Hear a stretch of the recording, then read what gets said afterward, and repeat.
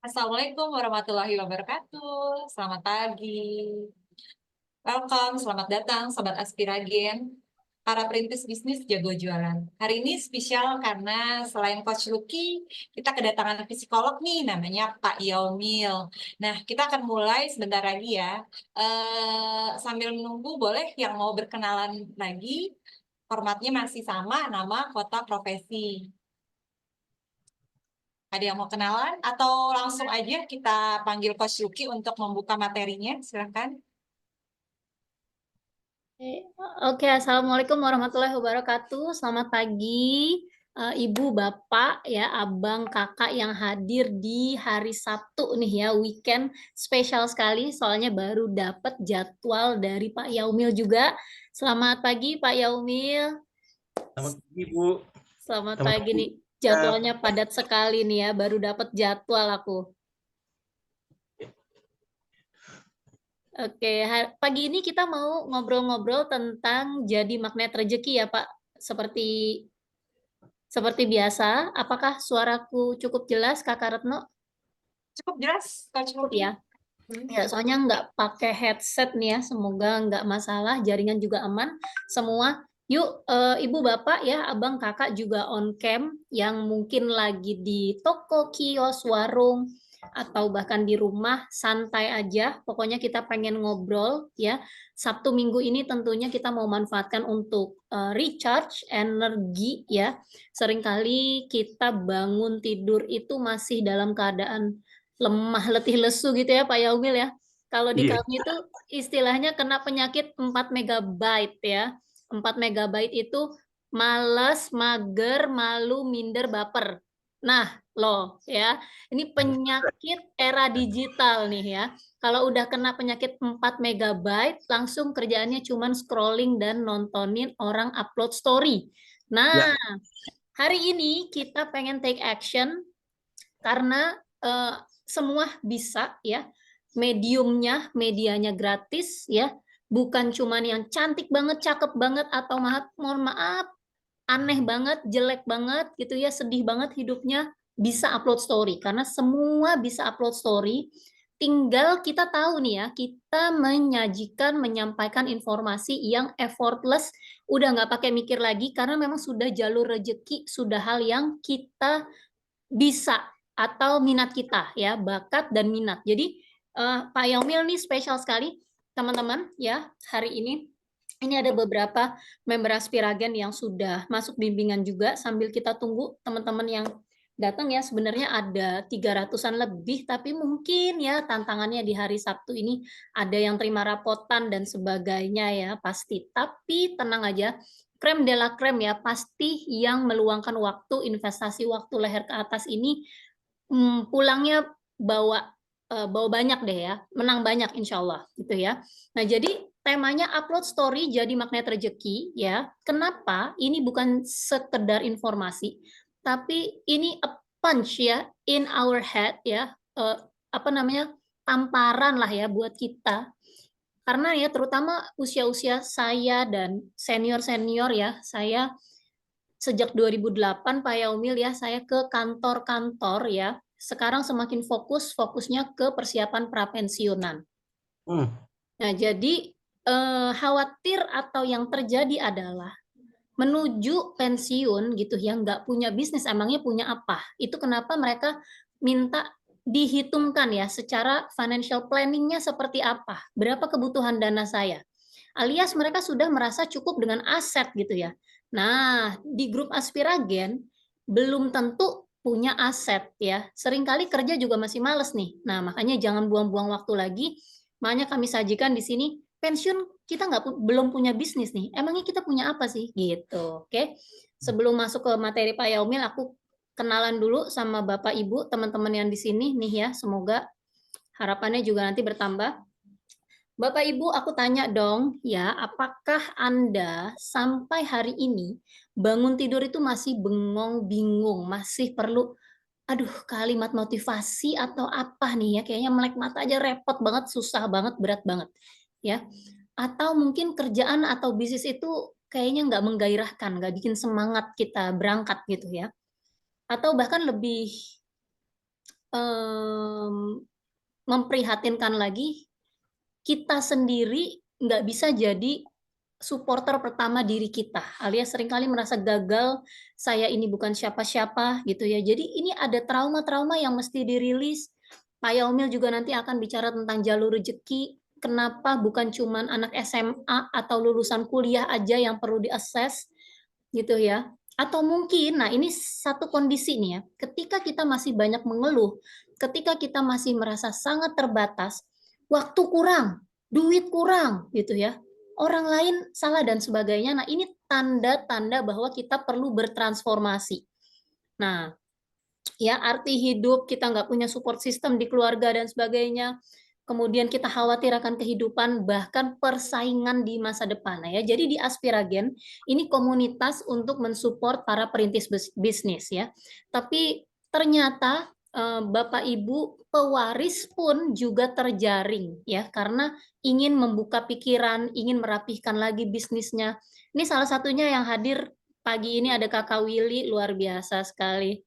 Kakak Willy ini salah satu, izin ya Kak ya, salah satu pewaris usaha keluarga dan juga punya usaha sendiri. Luar biasa sekali ya. Jadi kita kolaborasi ya, bukan saya lebih ahli, tapi kami merapihkan sistem dan memberdayakan ya, bantu teman-teman perintis itu makin optimis berperan biar gak mudah baperan. Oke, seperti itu. Nah ya, ini datanya adalah ya 80-90% perintis itu gagal gitu ya. Gagal karena apa ya? Kalau bahasa bisnisnya kurang dana lah, apalah ya, ini ada sekian banyak. Tapi prinsipnya ya, ibarat kita pengen berlari, seringkali kita nggak tahu ini tuh kita lari sprint atau maraton ya. Strateginya beda kan Bapak Ibu ya. Lari 100 meter sama lari 42 atau 7 kilometer aja deh. Saya sekarang udah mulai rutinkan seminggu setidaknya renang, lari itu kalau lari ya dalam seminggu 3-5 kali ya, karena kebetulan ada fasilitas. Kalau enggak ya berat gitu ya. Mau lari di kompleknya nggak punya ya. Sebentar belum sepatunya belum apanya, itu alasan ya Bapak Ibu. Tapi saya mau mengukur deh. Ketika saya mau ikut lomba lari 5 kilo 7 kilometer, saya lari 15 menit aja dengan kecepatan 4 sampai 7 kilometer per jam itu, waduh, itu heartbeat saya tuh udah 180-an, 170 lebih gitu ya. Salah-salah kalau misalnya mungkin saya obesitas atau saya nggak tahu caranya atur nafas tuh bisa kolaps karena saya punya darah rendah. Nah, ini kenapa kami hadirkan Pak Yaumil untuk teman-teman bisa bertanya langsung gitu ya. Kapasitas diri kita ini beda-beda. Jangan lagi kita bandingkan kita yang perintis dengan pewaris. Itu udah salah kaprah gitu ya. Nah, bagaimana nih kita ambil tanggung jawab gitu ya, karena masa depan kita itu ada di tangan kita, Bapak Ibu ya. Bukan lagi kita menyerahkan nanti gimana nanti deh. Anak nih, anak-anak harus sekolah. Sekolahnya apa? Mereka lulus juga bingung kok gitu ya. Jadi bukan sekolah jawabannya. Jawabannya hari ini akan kita bongkar ya. Kalau bicara bisnis Bapak Ibu ya, ini kebetulan saya financial planner ya, saya juga pemerhati dan pelaku bisnis, saya entrepreneur. Teman-teman di grup, teman-teman yang kenal saya di media sosial sudah paham saya seringkali pamer jualan saya setiap harinya ya. Saya bisa jual hampir semua hal. Alhamdulillah Allah kasih kemampuan itu. Saya suka jualan. Ya kan banyak ya yang belum suka, yang nggak mau nggak apa-apa, tapi tetap bisa punya bisnis menghasilkan. Di grup kita bongkar ya. Karena kalau bicara jualan sama bisnis beda. Jualan cuman bicara kita punya produk yang mensolusikan, ada marketnya. Tapi kalau bicara bisnis, itu kita bangun sistem sehingga ada tidaknya kita, bisnis tetap bisa jalan dengan 1-2 karyawan. Dengan sistem rutinitas SOP seperti apa? Seperti itu. Ya, jadi ketika jualan tuh bicara dokter spesialis ya, punya skill mensolusikan problem gastro misalnya atau kehamilan. Tapi ketika kita bicara dokter berbisnis, itu dokter yang punya banyak klinik ya. Kebayang ya Bapak Ibu ya, untuk punya keyakinan menjadi seorang dokter spesialis, sekolahnya berapa lama, biayanya berapa ratus juta atau berapa miliar. Nah, hari ini kita akan ringkas semua orang dengan modal sangat minim, semua bisa upload story jadi magnet rezeki ya. Karena datanya begini ya, jangan bilang saya dulu sebelum tahu formula ini, kurang lebih sebelum pandemi, itu saya, kalau teman-teman kenal saya ya, saya berjuang dari minus, dari keluarga minus gitu ya, sampai saya menikah, saya punya ponakan kebetulan influencer. Tapi influencernya jalurnya jalur kontroversi gitu ya. Jadi, aduh, saya pengen seperti dia, tapi saya nggak bisa ikutin jalur rezeki dia gitu loh. Jadi gimana gitu ya. Nah, ternyata saya sudah berproses kurang lebih 21 usaha, saya gonta-ganti bolak-balik bisnis, tapi itu ada naluri saya pengen punya sistem, pengen punya sistem. Nggak semua orang punya tarikan gitu ya, punya daya tarik, punya orang-orang, aduh kamu tuh capek banget ya, saya aja ngeliat kamu tuh capek, mertua saya tuh udah sampai ngomel-ngomel gitu. Loh, saya kan nggak minta duit mereka, saya kan nggak meragu, nggak, lingkungan keluarga itu ceritanya mensupport, tapi suruh berhenti gitu kan. Nah, itu kenapa kita bikin Aspiragen ini, oke? Jadi hati-hati sekali gitu ya bagaimana. Nah, kenapa sih kita bisa gagal ya? Bapak Ibu, oh sorry izin, kok ini nggak ada. Aku sebenarnya pengen kenalan dulu, kan di sini ada yang belum kenal aku. Oke. Oke, Bapak Ibu kenalan dulu ya. Saya Lukigo. Izin. Saya buat komunitas perintis bisnis ya, karena tadi datanya Pak Jokowi bilang 80-90%. Ini gimana nih Indonesia bisa punya sistem, punya UKM yang terus bertambah gitu ya. Departemen menterinya ada sendiri, kok ya nggak nambah-nambah. Ini salahnya di mana? Di pendidikan Pak ya, terlalu berbelit dan tidak tepat gitu ya. Nah, udahlah itu urusan pemerintah, kita ambil tanggung jawab sendiri. Karena faktanya 65% perintis bisnis itu gagal, cemas, hingga bangkrut di usia pensiun. Nah, ini bahaya.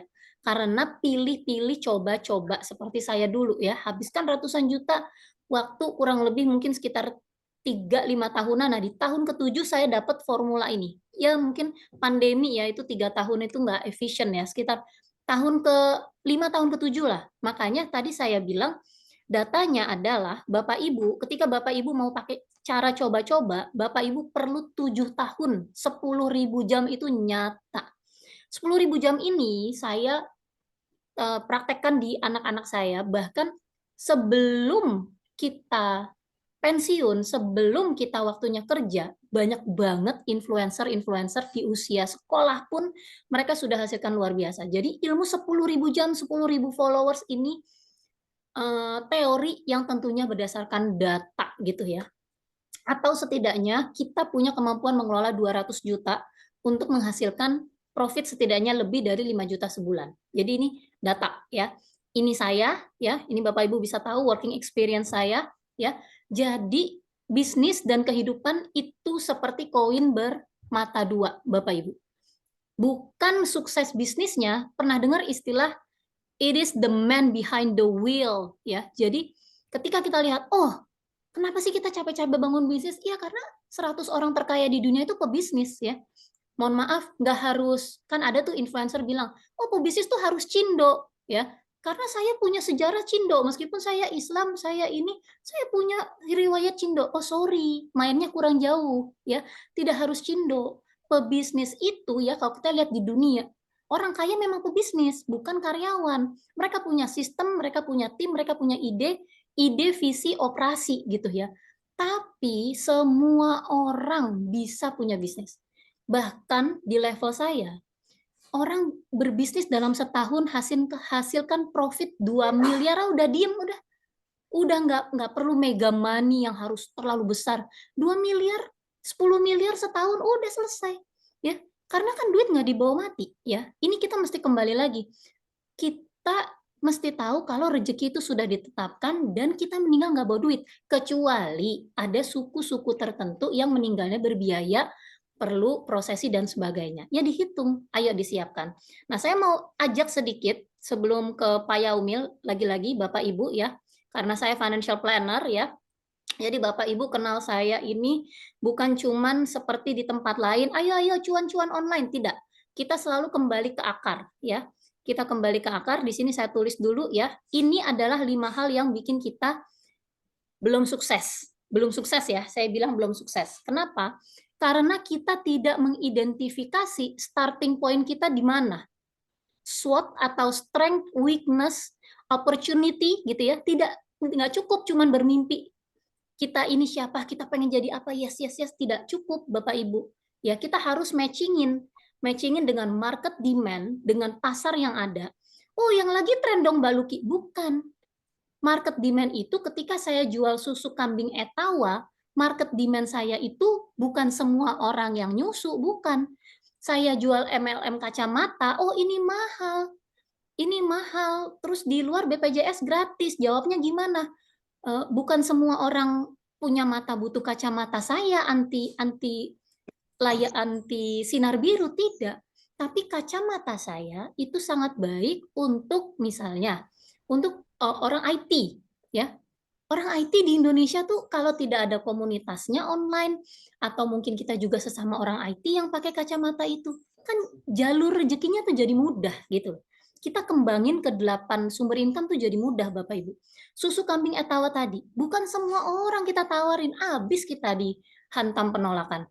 Kita fokus kekuatan kita apa? Oh, susu kambing itu rendah kalori, tinggi serat dan mineral, kaya kalsium. Artinya ketika saya tawarkan ke manula, ketika saya tawarkan ke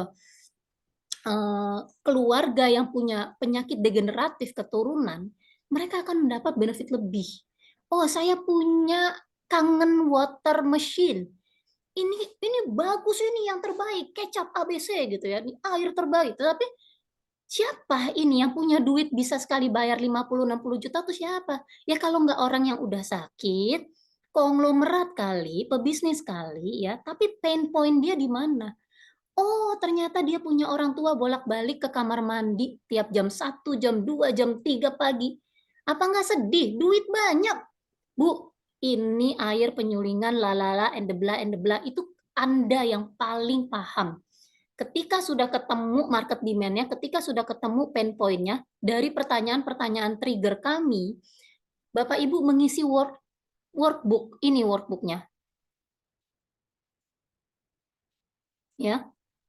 Jadi akan kembali ke workbook setelah Bapak Ibu assess diri, ya, mengetahui diri dan market demand, isi workbook ini. Jadi akan kembali lagi ke workbook. Jadi bisnis itu bukan coba-coba. Nah, sekarang kan tadi saya tanya ya, bisnis enggak apa?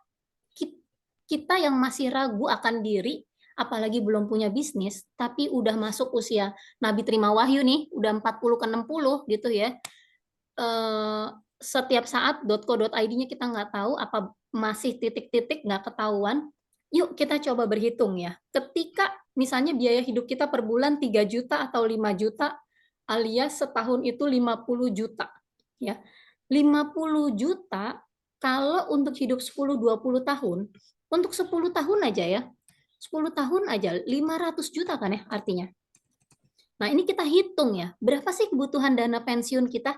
Ini saya pakai yang nggak pakai perang ya, yang nggak pakai aneh-aneh ya Bapak Ibu ya. Bapak Ibu bisa nanti link utak-atik sendiri yang mungkin bukan dari bidang ekonomi. Yes, Kak Willy. Nah ya, ini namanya Future Value Calculator ya. Silahkan. Ini ya, kita pakai inflasi 10% aja ini yang nggak pakai perang ya. Pakai perang bisa 20-30%. Periode 10 tahun ke depan ya. Bapak Ibu pengen tahu, ini belum bicara bisnis nih, bicara deposito ya. Bicara dana yang mesti kita siapin.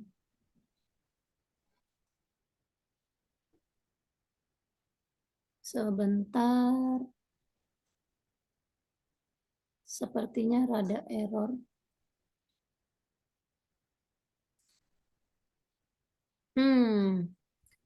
Ini apakah kalkulator aku atau siapa?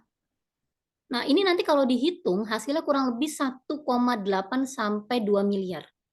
Artinya 3 sampai 4 kali kebutuhan kita saat ini itu yang perlu kita simpan. Jadi dengan adanya inflasi, dengan adanya daya beli yang semakin menurun dari nilai uang kita, itu ketika kita butuh 100 juta, kalau kita tunda, itu jadi 3 sampai 4 kali dalam 10 tahun ke depan. So, ini bahaya banget nih, saya nggak tahu kenapa nggak bisa calculate ya. Nanti bisa dicoba lagi, tapi kita mau next karena Janji kami hari ini adalah kami ingin siapkan 5 hal ini untuk Bapak Ibu take action.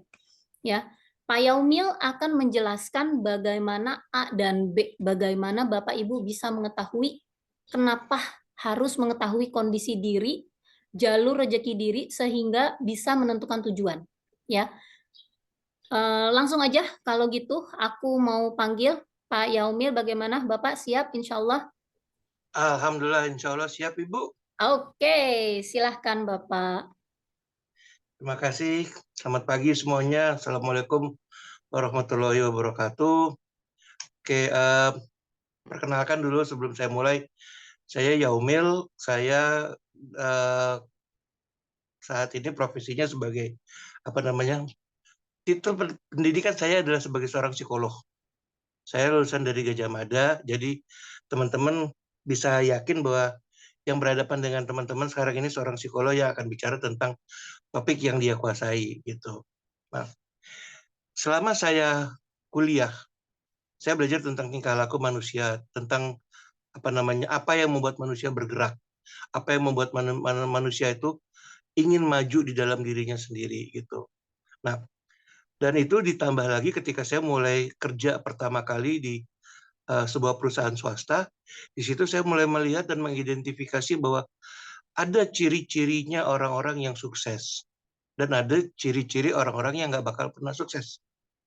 Yang saya akan bicarakan secara garis besarnya, saya nggak akan fokus kepada materi presentasi yang sudah saya buat.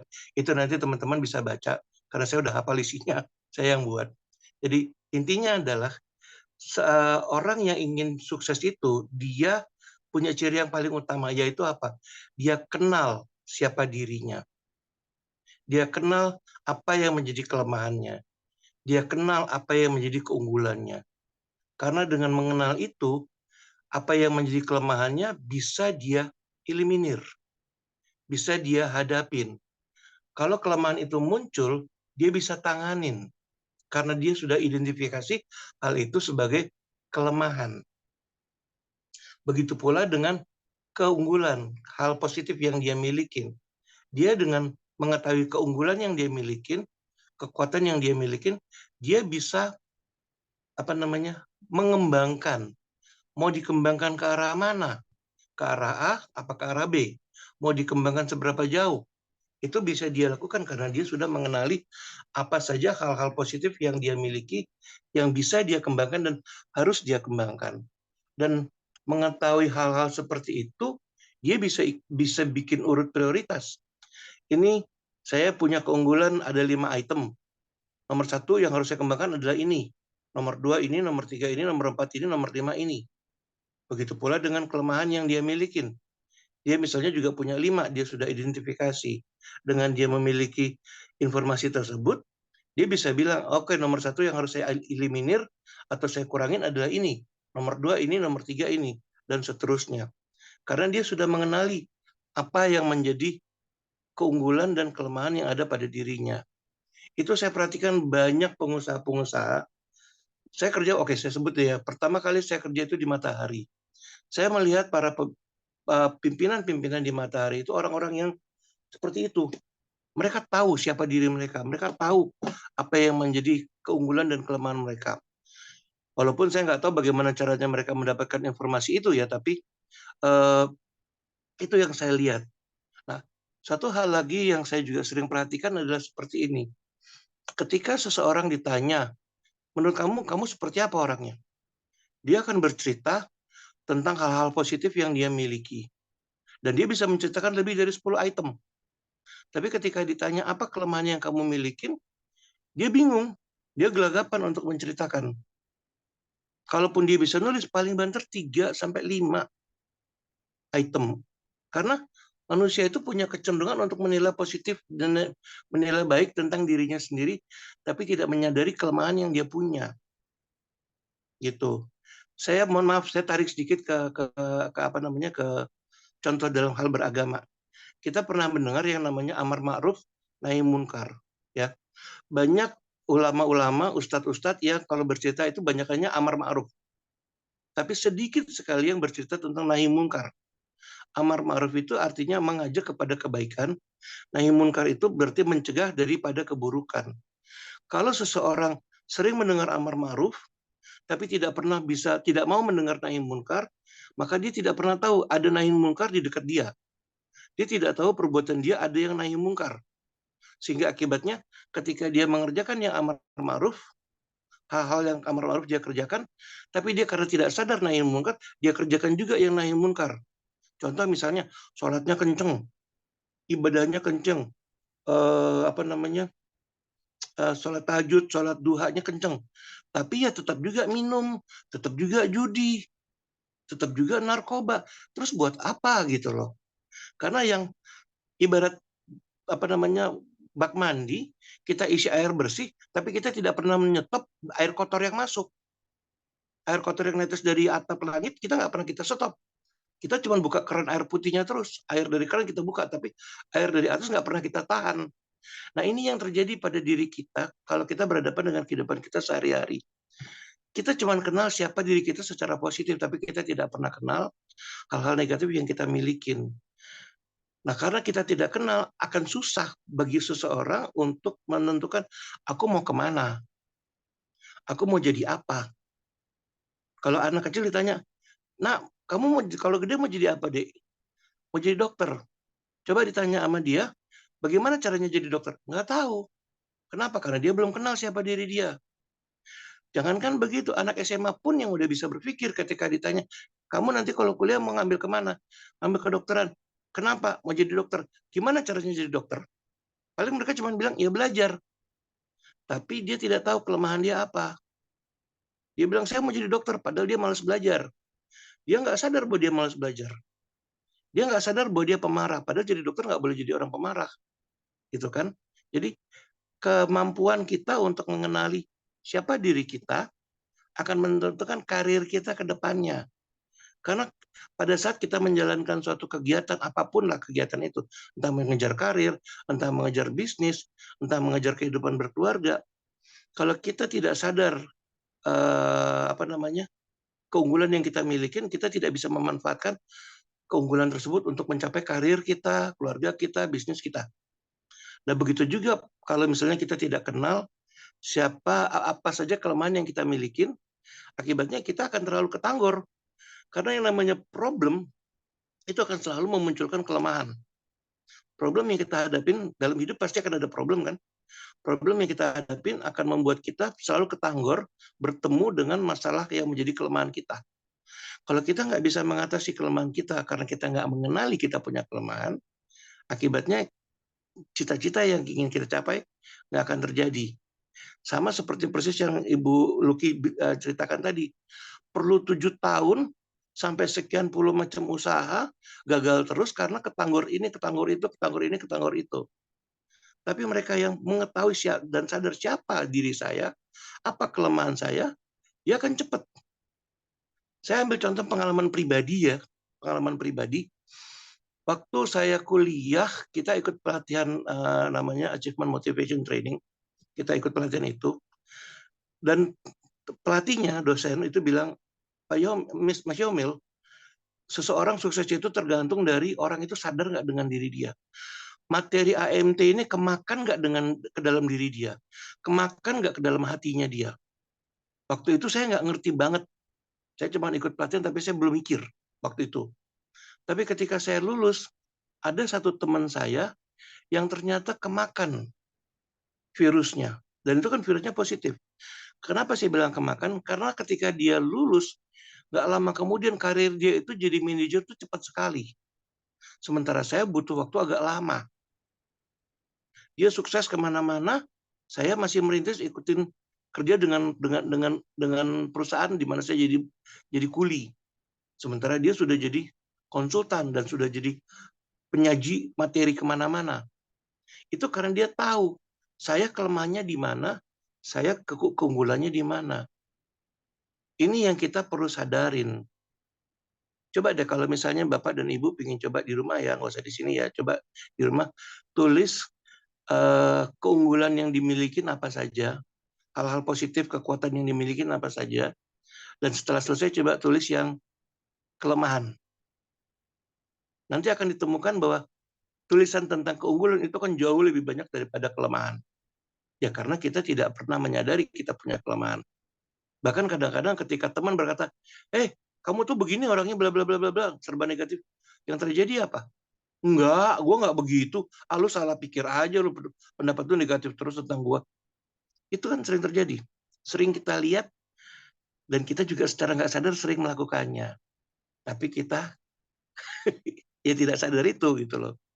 Nah, di sini saya mengajak kepada Bapak dan Ibu, ada satu teknik yang namanya biometrik. Biometrik itu adalah satu sistem, satu teknik untuk mencoba membuka profil seseorang. Dalam tubuh kita ada yang namanya DNA, ya kan? DNA itu adalah hal yang menentukan siapa diri kita. Kita dapat DNA kita setengahnya dari orang tua laki, setengah lagi dari orang tua perempuan.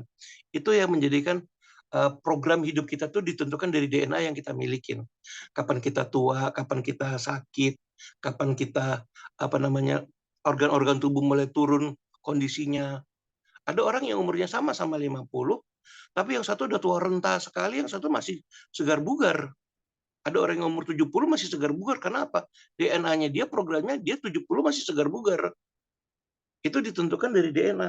Nah, DNA itu tidak hanya menentukan proses perkembangan tubuh kita, atau proses penuaan tubuh kita tidak hanya ditentukan dari DNA, tapi DNA juga menentukan perilaku dasar kita. Dia yang menentukan apa yang kita milikin. Kalau misalnya DNA-nya menentukan bahwa membuat kita menciptakan kita sebagai orang yang punya observasi detail. Dalam situasi apapun kita perhatiannya detail. Tinggal masalahnya yang kita detailin itu apa. Kalau kita detailinnya untuk melihat, itu detail tuh, saya punya kemampuan detail, tapi saya perhatikan buat belajar nyopet. Ya nggak bisa. Iya detail juga, dia belajar gimana caranya nyopet dengan benar. Biar nggak ketangkap polisi, biar nggak ketangkap korbannya. Dia belajar caranya nyopet. Karena dia punya kemampuan untuk mempelajari sesuatu dengan detail. Tapi kalau dia menggunakan kemampuan observasi detailnya itu untuk bisnis, itu akan lebih bagus buat dia. Cuma dia nggak punya passion buat bisnis. Dia punya passionnya buat nyopet. Gitu kan. Nah, ini yang harus kita sadarin. DNA itu menentukan fondasi dasar dari perilaku kita. Tapi stimulasi dari lingkungan, ya pancingan-pancingan atau stimulus-stimulus dari lingkungan kita, itu yang menentukan kita jadi apa. Gitu. Nah, kalau orang punya kemampuan untuk berkomunikasi, itu juga yang menentukan DNA. Dia bisa komunikasi dengan lancar, dengan kemampuan misalnya persuasifnya bagus, itu yang menentukan DNA. Tinggal tergantung dia menggunakannya buat apa. Buat ngegait cewek, atau dia mau pakai buat ngejak temennya untuk berbisnis. Gitu. Nah, kita udah bisa lihat dalam apa yang diceritakan oleh Ibu Luki bahwa Ibu punya pengalaman sedemikian banyak dan punya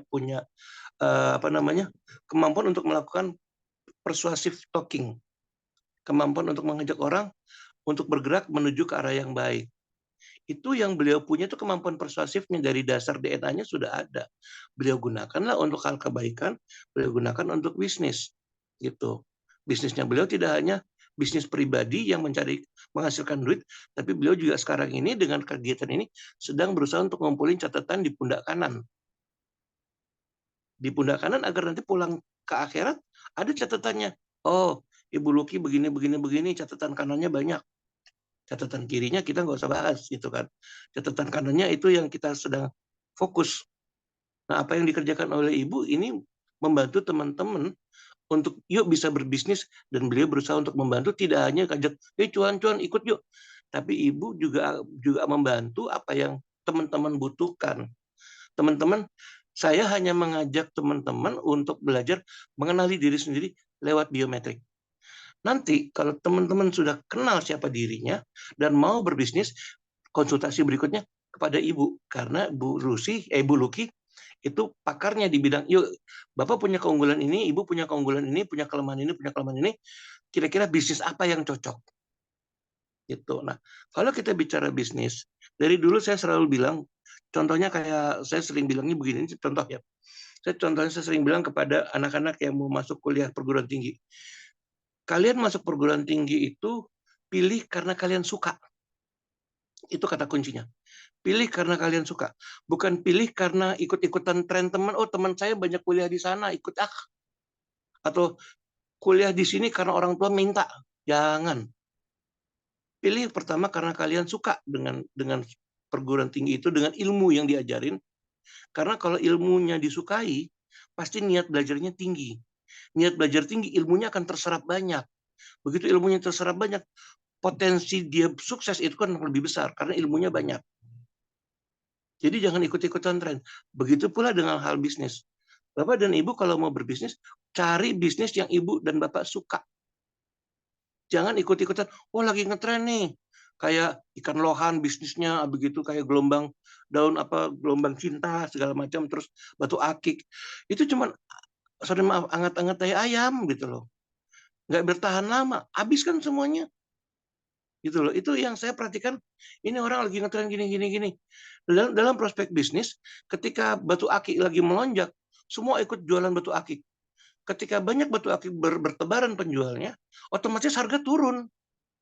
Karena semuanya nimbrung ke situ. Semuanya mau cari rezeki ke situ. Carilah bisnis yang Bapak Ibu suka. Karena kalau suka, Bapak Ibu akan mempelajari ilmu yang ditawarin oleh Ibu Luki.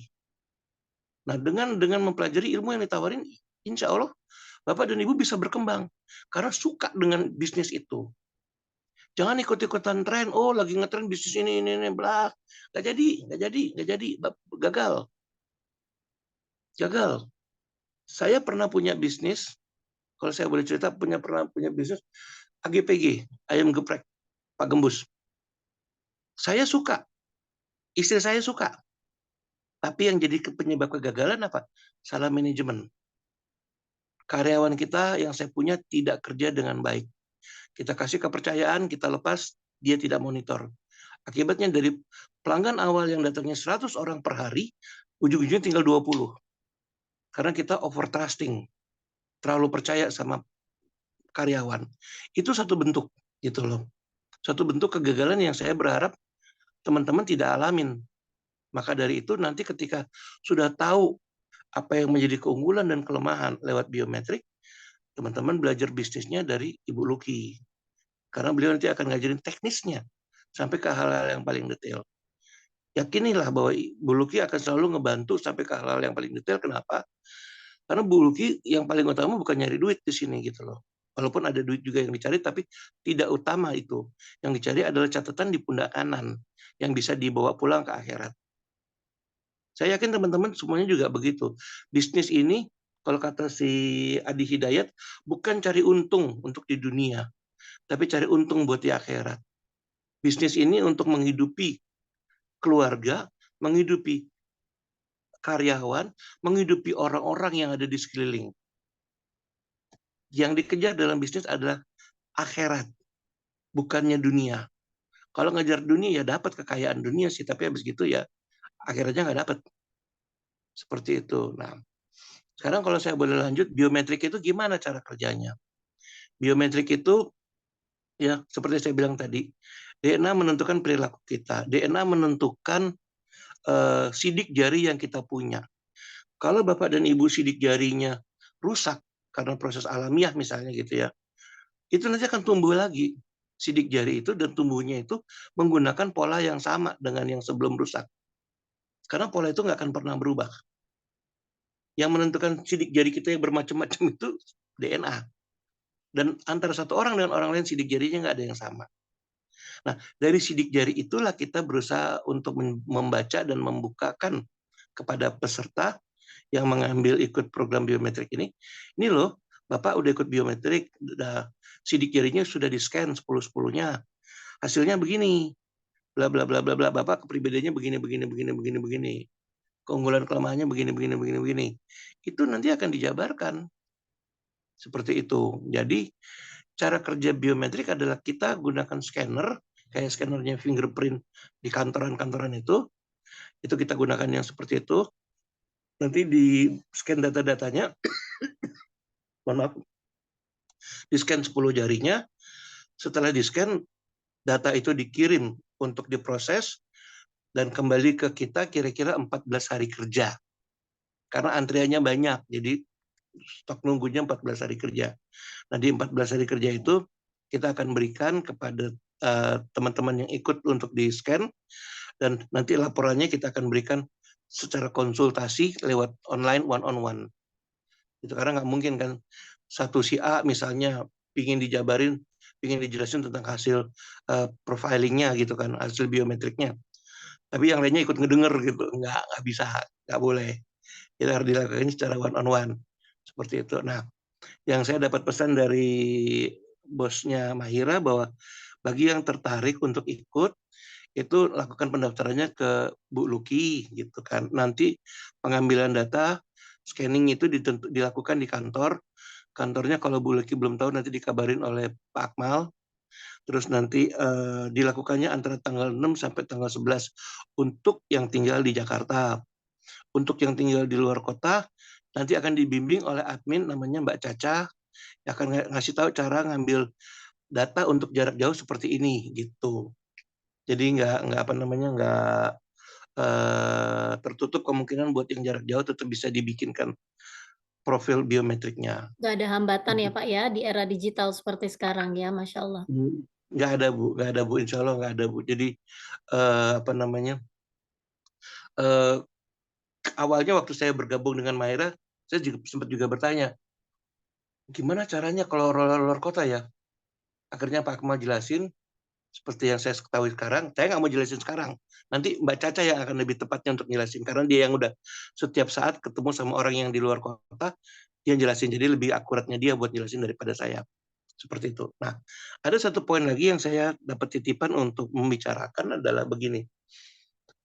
Mungkin tadi sudah saya singgung di depan sedikit, tapi saya mau singgung ulang lagi bahwa kita berbisnis itu harus benar-benar ngikutin tren kita, keinginan kita pribadi, dan kita harus tahu siapa diri kita.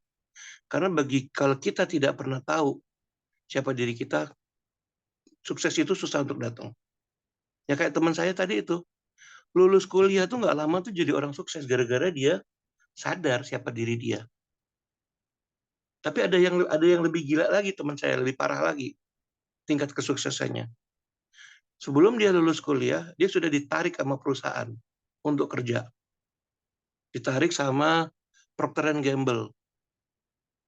Nggak lama, dalam waktu belum ada nyampe setahun, waktu dia cuma staf HRD, nggak lama dari itu, nggak nyampe setahun, dia diangkat jadi HR manager untuk pabrik tersebut. Nggak lama kemudian dia diangkat jadi HR manager untuk seluruh Indonesia. Nggak lama kemudian lagi dia diangkat untuk pegang Asia Tenggara, duduk di Singapura. Asia Tenggara dia pegang. Habis itu saya kalau ngomong tentang dia, saya bawaannya mau ketawa karena saya suka dengan kisah ceritanya dia gitu loh. Dia habis itu nggak lama kemudian dia dipindahin duduk di Korea Selatan untuk pegang Asia Pasifik, mulai dari Jepang sampai Australia. Untuk seluruh human resource activity dia yang pegang. Seluruh kebijakan dan apapun strategi kedepannya tentang HRD dia yang pegang.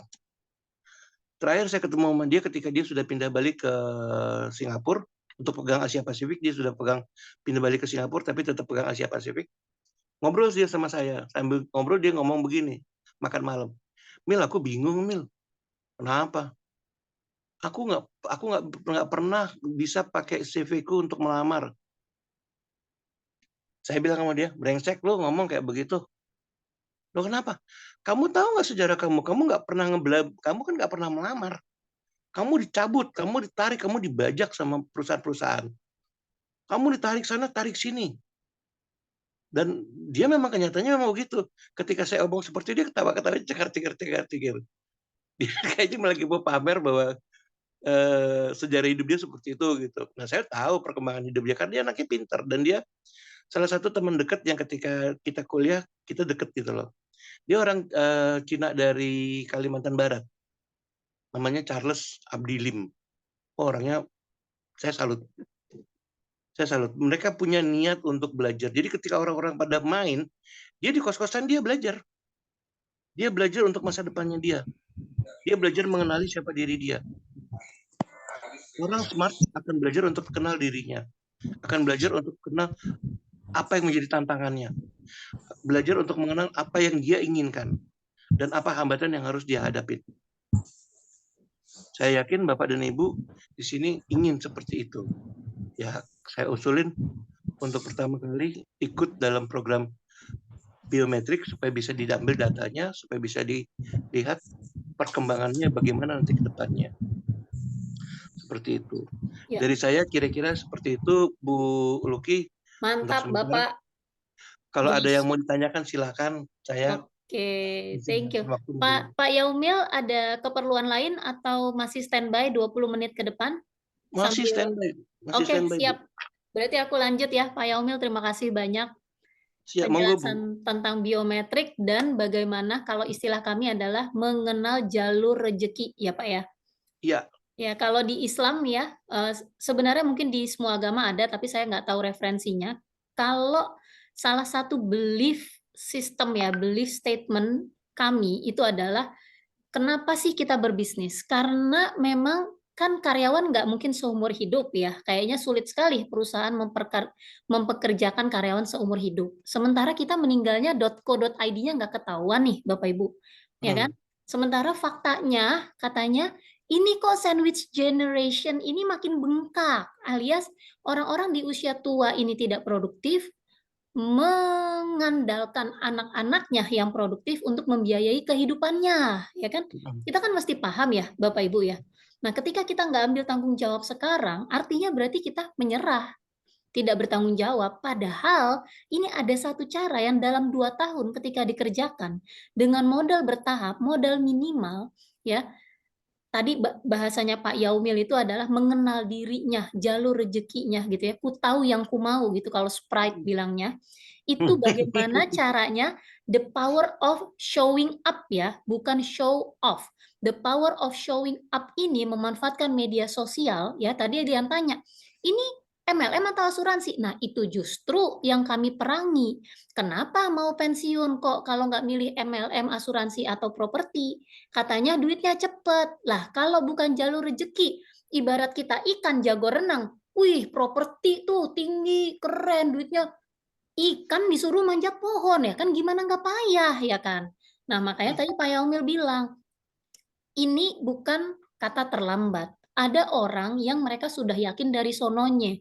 Mungkin keluarganya ya. Mohon maaf kemarin saya baru lihat banyak sih ya contoh kalau kita mau mindful, mau punya kesadaran penuh ya.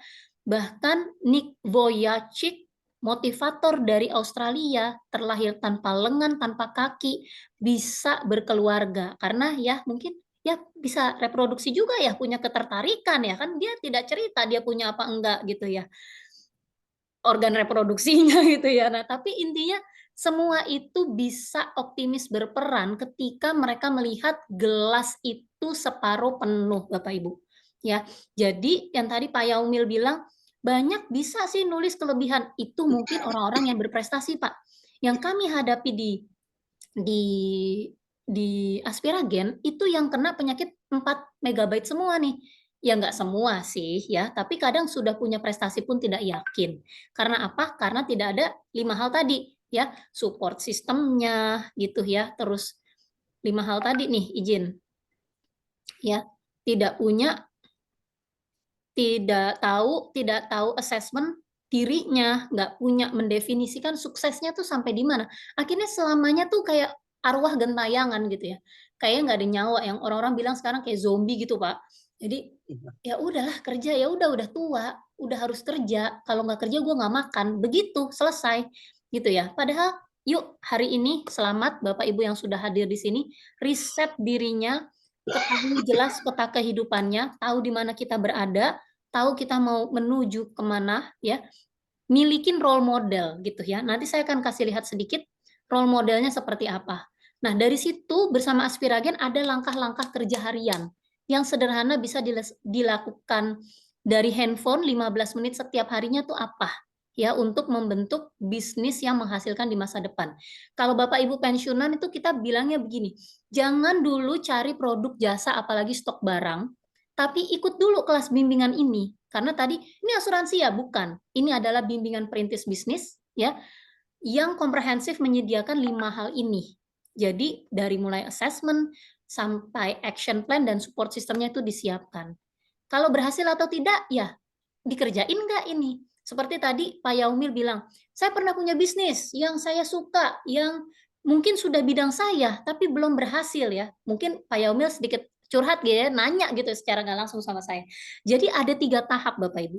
Ya, selain 5 hal ini, fasenya tuh ada 3. Fase persiapan, fase latihan atau prakteknya, yang ketiga tuh diulang-ulang. Ya, katakan persiapannya Pak Yaumil udah mantep gitu ya. Fase latihannya nih gimana? Fase latihan ini dibagi 3 lagi. Fase latihan itu visinya ya, kalau di perusahaan tuh culture ya. Corporate culture-nya terus berjalan nggak nih ya? Visinya terus berjalan nggak ya? Kalau Apple, perusahaan Apple udah nggak ada Steve Jobs-nya, visinya nih tetap eksklusif nggak? Tetap berjalan nggak? Tetap high tech nggak gitu ya?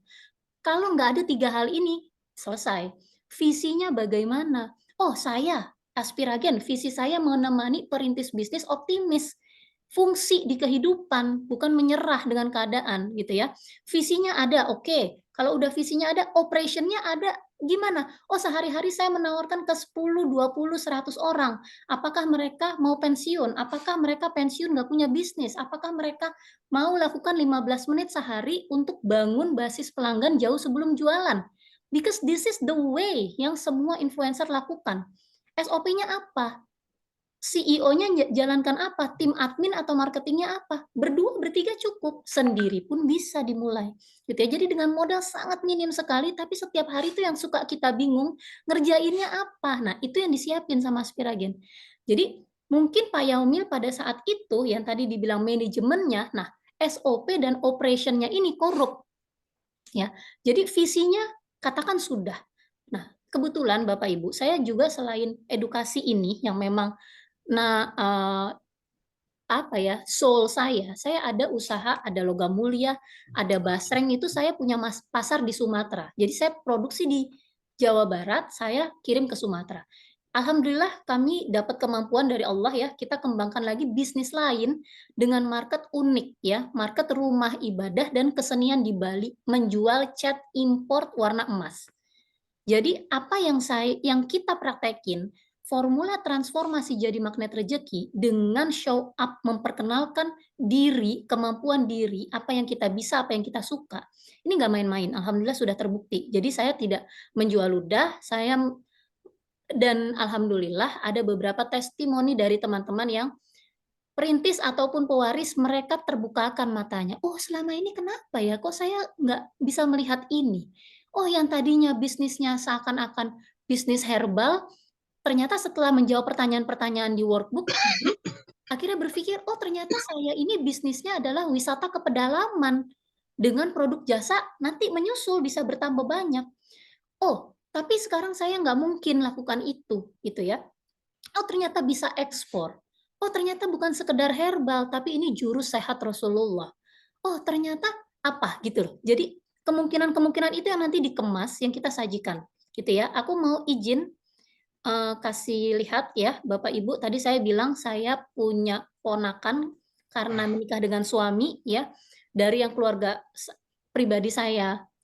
Keluarga saya dibilang minus terbatas gitu ya, tapi saya ya seperti tadi Pak Yaumil bilang ya, saya menjaga prestasi, saya senang belajar, saya bekerja di perusahaan multinasional Amerika, nggak pernah naruh CV juga Pak ya, ditarik-tarik-tarik gitu, tapi saya lihat kekuatan saya di konsultan. Nah, ini saya tantenya ini nih ya, kalau Bapak Ibu tahu ya, tapi saya nggak bisa ikutin jalur rezeki dia, karena jalur rezeki dia tuh kontroversi ya, nggak pakai jilbab juga ya kan. Nah, tapi apakah emang kita harus seperti itu ya? Atau mungkin kita dengar ini ya, Bapak Ibu.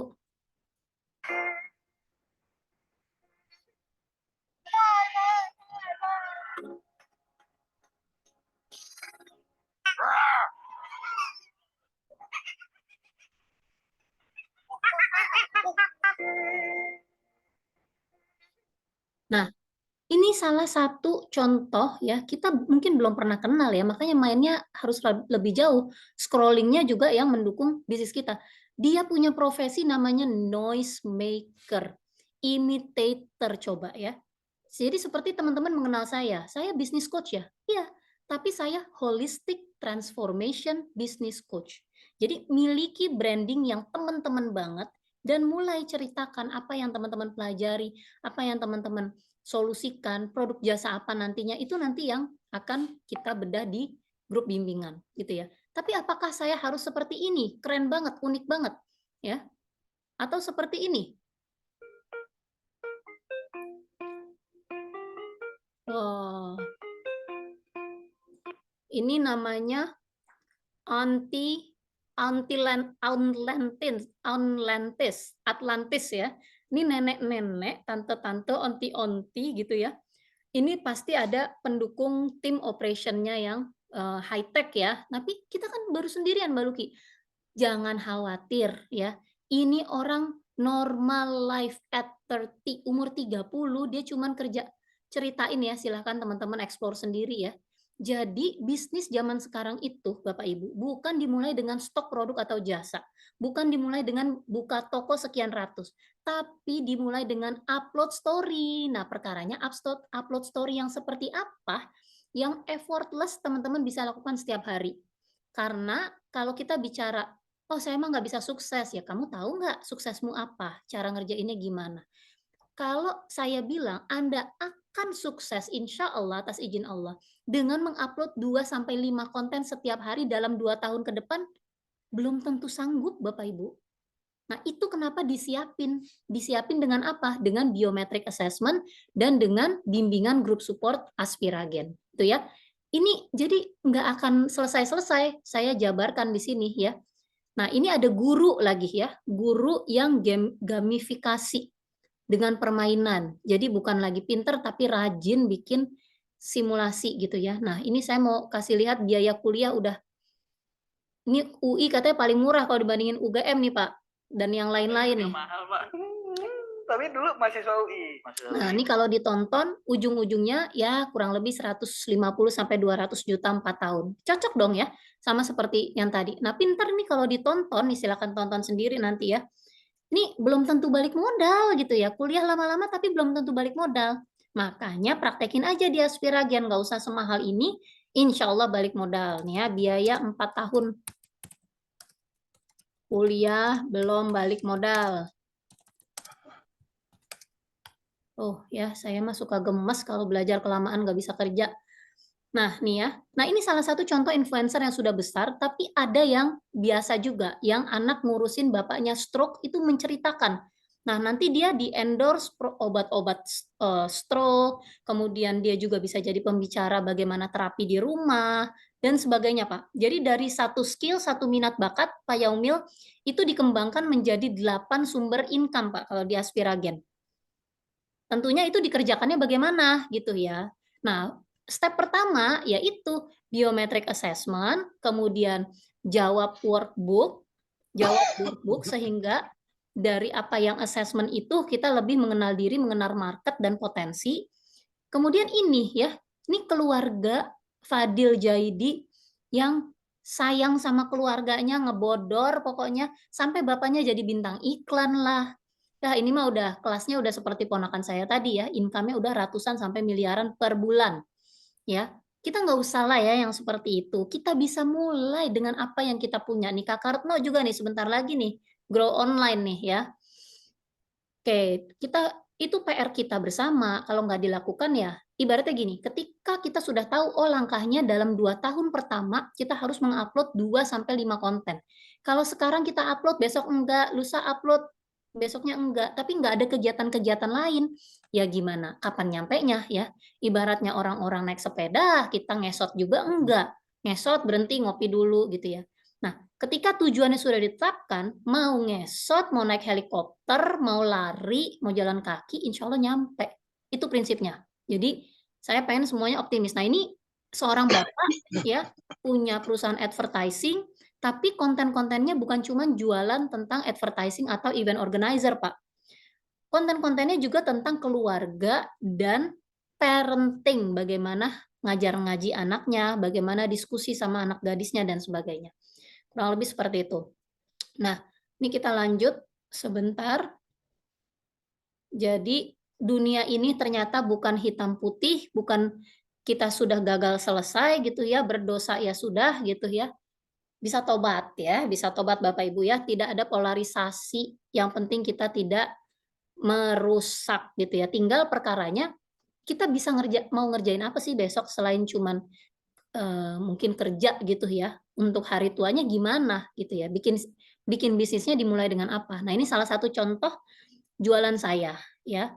Jadi orang-orang jualan kebab 5 ribuan, saya jual 25 ribuan bahkan ratusan ribu gitu ya.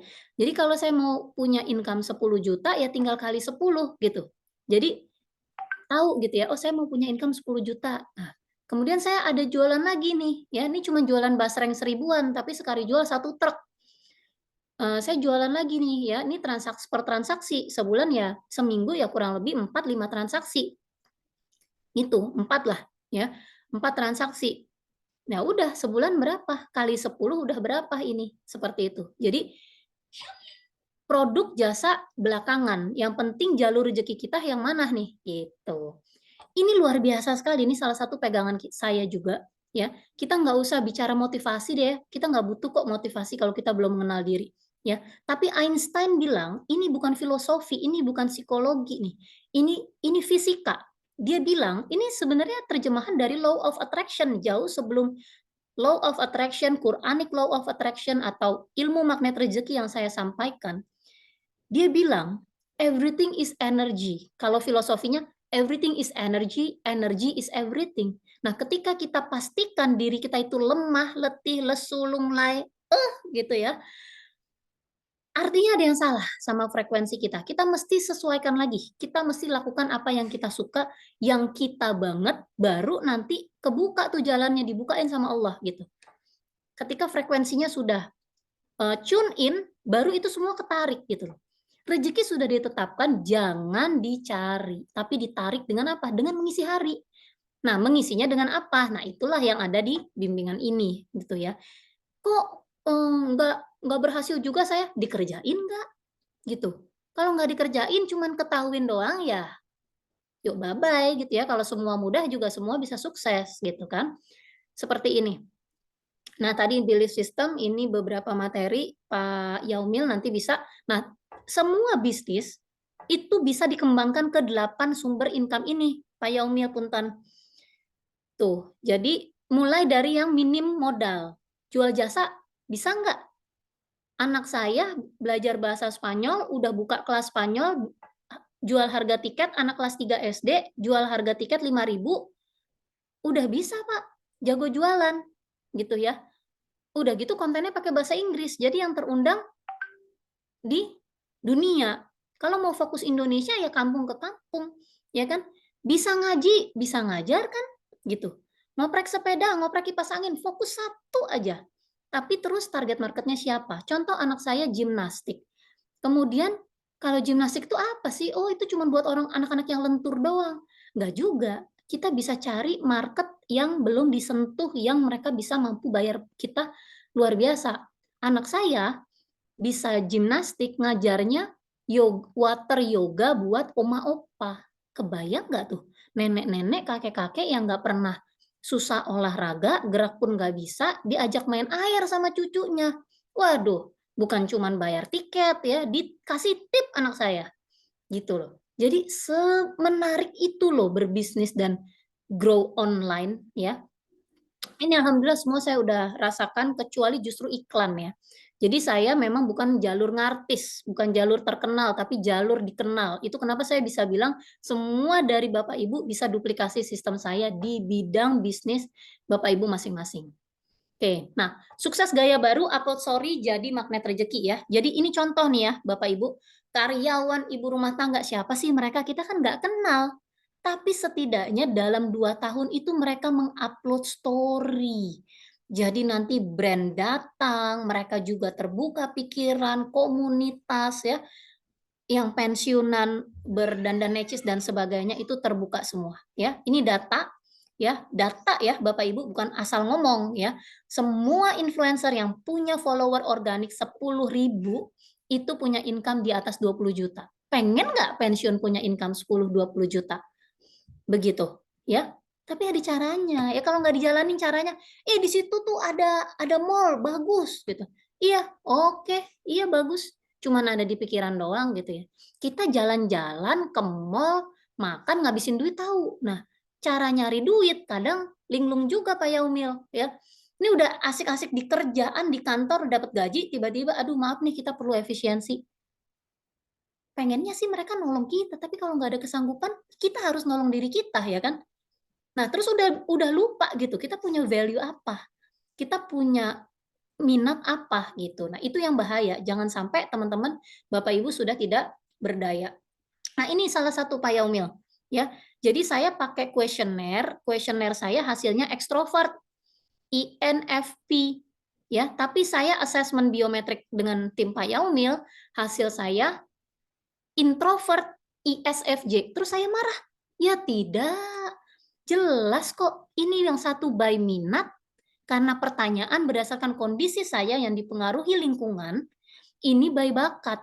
By bakat dari fingerprint. Apa terus saya mau ketawa aja, oh ternyata sebenarnya saya ini hidup susah ya, dengan gen, dengan apa, sebenarnya tuh saya introvert. Introvert bukan berarti nggak bisa sukses Bapak Ibu.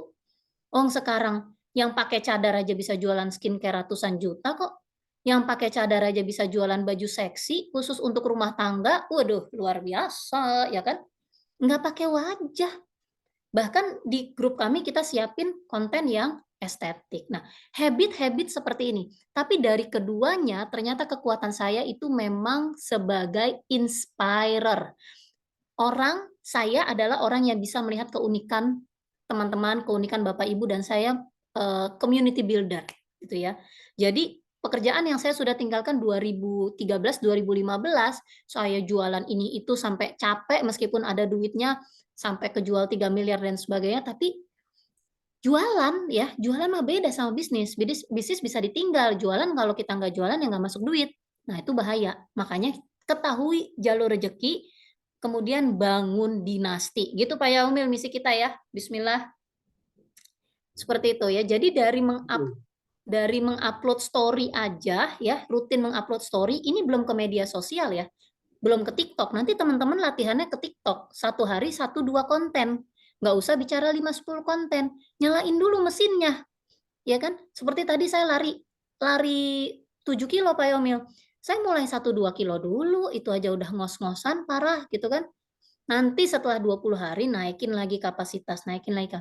Ini langsung ada yang balas, gimana sih cara ikutannya?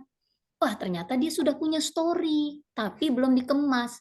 Saya pengen bikin komunitas nggak gendut lagi. Waduh, siapa yang terpanggil nih di pagi hari ini nih ya. Nanti saya kenalin sama Bang Ardi di Bandung ya. Sama mengundang buat saya punya usaha gadget gitu. Waduh, keren dong. Gimana tuh dengan gadget mungkin kan ngukur heart rate ya. Berarti punya klub lari bareng gitu ya, fun run gitu ya. Jadi gadgetnya kepake, terus kemudian nggak gendut laginya habitnya apa, programnya apa, seperti itu. Ya, jadi memang seperti tadi Pak Yaumil bilang, setelah diakses, kemudian kita siapin. Kalau nggak disiapin, ya udah itu namanya menyerah, Bapak Ibu ya. Dengan investasi minimalis, kenapa tidak, ya kan? Nah ini contoh lagi, ini perintis, ini pewaris, gitu ya. Semuanya kolaborasi di Aspiragen. Karena kenapa? Bangun bisnis itu lonely Bapak Ibu, sendirian dan perlu waktu 5-7 tahun. Apalagi yang kita merasa diri kita introvert atau mungkin hal-hal yang bagi teman-teman itu kekurangan ya. Kalau saya boleh cerita lagi tentang anak saya itu ya. Anak saya yang gimnas itu umur 8 tahun itu muncul putih-putih kayak panu di mulut di ini. Jadi ada genetik dari ibu saya juga ya, ada penyakit autoimun. Sebenarnya ini bukan penyakit, kondisi aja ketika dia ada stres atau tekanan hidup yang berlebih. Tapi karena dia jago gimnastik, coding internasionalnya juga menang, kita bangun self esteem bahwa tidak ada gimnastik yang seperti dia. Akhirnya dia tidak mau hilangkan dan melihat itu sebagai kelebihan, keunikan, bukan lagi kekurangan. Nah, bagaimana nih Bapak Ibu dengan diri, dengan jalur rezeki gitu ya. Ketika tidak ada teman seperti Aspiragen, siapa? Punyakah Anda support system atau 5 hal tadi ya? di awal. Nah, untuk itu ya, Bapak Ibu di era digital gratis gini, media sosial gratis ya, nanti kita bisa ngobrol lagi. Saya memulai karir digital marketing saya gitu ya, coaching ini dengan ambil semua sertifikasi ya. Jadi modalnya memang lumayan lah ya, adalah 50-70 juta ada gitu ya. Tapi memang saya kejar ketinggalan saya. Tapi apakah Bapak Ibu juga masih demikian? Tidak, karena bidang kita mungkin berbeda gitu ya. Zaman sekarang bisa merawat rambut atau punya obat anti jerawat aja udah bisa upload story jadi magnet rezeki gitu ya. Jadi jangan ada lagi mental block, modal, waktu, dana terbatas, nggak punya role model gitu ya, karena sekarang kita ibaratnya saya mau buka restoran Itali, saya bisa lihat di media sosialnya, tinggal saya recook resep-resepnya selama kita dapat resepnya. Nah, di Aspiragen, resep memulai merangkai bisnis itu kita kerjakan sama-sama untuk bisnis teman-teman isi sendiri gitu ya, nanti dikonsultasikan. Bingung mulai dari mana? Ya dari biometrik. Setelah diakses, biar nggak coba-coba lagi bisnisnya. Biar dari pilihan jalur rezeki ada 7 nih, mana yang paling dekat di hati. Nanti misalnya saya kuliner, saya penikmat makanan enak. Ternyata saya bisa punya satu resep kebab premium yang tadi saya contohkan penjualannya. Itu favorit juga, tapi belum saya bisnisin, cuman jual-jual happy aja karena saya kalau ketemu klien, ketemu orang, saya pasti bawa makanan. Sekarang udah 5 tahun ini tidak lagi. Tadinya saya buka di kampus-kampus UI, UPN gitu ya, tapi ternyata itu memang bukan jalur rezeki saya. Tapi saya nggak matikan karena resepnya saya sudah punya. Nah, tapi ketika saya mau buka catering, saya nggak akan ngurusin catering kayak warteg yang mohon maaf misalnya menangani orang yang lalu lintas lewat yang budgetnya cuma 10-15 ribu. Saya jual catering lautan gitu. Jadi saya punya prinsip apa ya, di workbook itu saya isi, bikin nasi di rumah aja, lauknya Mama Satset gitu. Jadi seperti itu gitu ya. Bagaimana mengemas, punya keunikan dan menangkap peluang pasar. Market Mama Satset, orang ibu-ibu kantoran yang kalau nggak masak jajan mahal, kalau masak nggak punya waktu, orang bekerja ya, punya ART juga enggak dan sebagainya. Itu kita bedah isi otak target market kita tuh siapa. Tuh ya. Nah, ini ada program ya, Perintis Bisnis Jago Jualan yang kami tawarkan ke Bapak Ibu. Akses praktek selama 1 tahun, bimbingan 1 bulan atau 4 Zoom di grup gitu ya. Dengan mendapatkan tes biometrik tadi, tesnya di tanggal 6 dan 11 minggu depan ya, Bapak Ibu. Kemudian ada bimbingan grup dengan 4 kali Zoom ya, mengisi workbook tadi. Kemudian Bapak Ibu sudah dapatkan 400 lebih video estetik. Terus kemudian untuk desain utak-atik sendiri bagi yang ingin bikin poster atau video konten sendiri, mau mengedit lagi, ada Canva Pro ya. Ini semua Bapak Ibu bisa dapatkan dengan harga 3,9 saja ya. Karena kalau saya in-house di kantoran, ini nilainya per orang kurang lebih 7,5 juta per orang. Bapak Ibu persiapan pensiun ya. Bimbingannya memang di kantor after office biasanya hari Jumat itu selama 4 kali Jumat menghadirkan para pakar. Ya. Nah, tapi khusus di hari ini ya, siapa ini Bapak Ibu yang siap action ya, siap action mengenal jalur rezeki Bapak Ibu, kemudian take action grow online bersama Aspiragen mulai dari sekarang.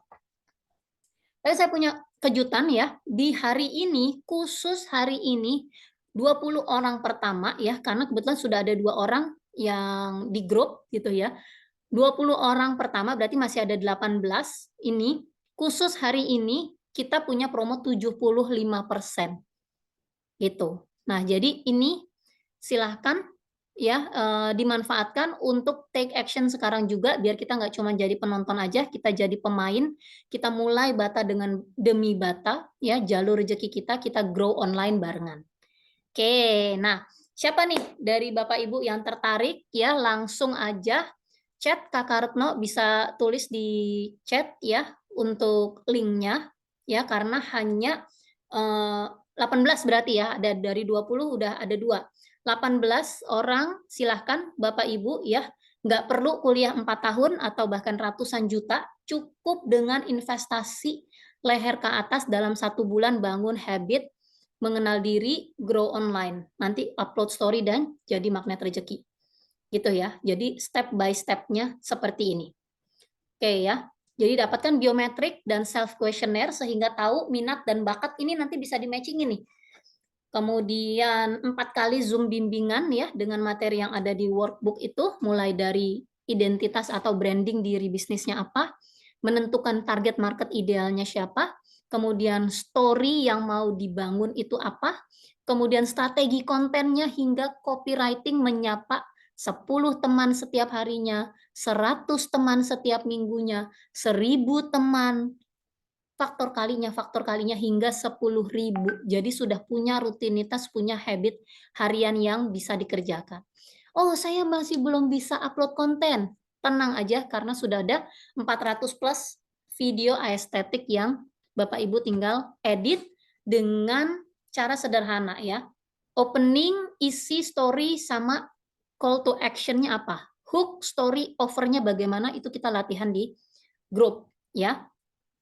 Oke, kita kalau gitu mau tanya jawab, Kakak Retno udah ditulis di chat ya, linknya ya. Mungkin Udah, kita Kak. bisa buka Udah, untuk Coach. tanya jawab.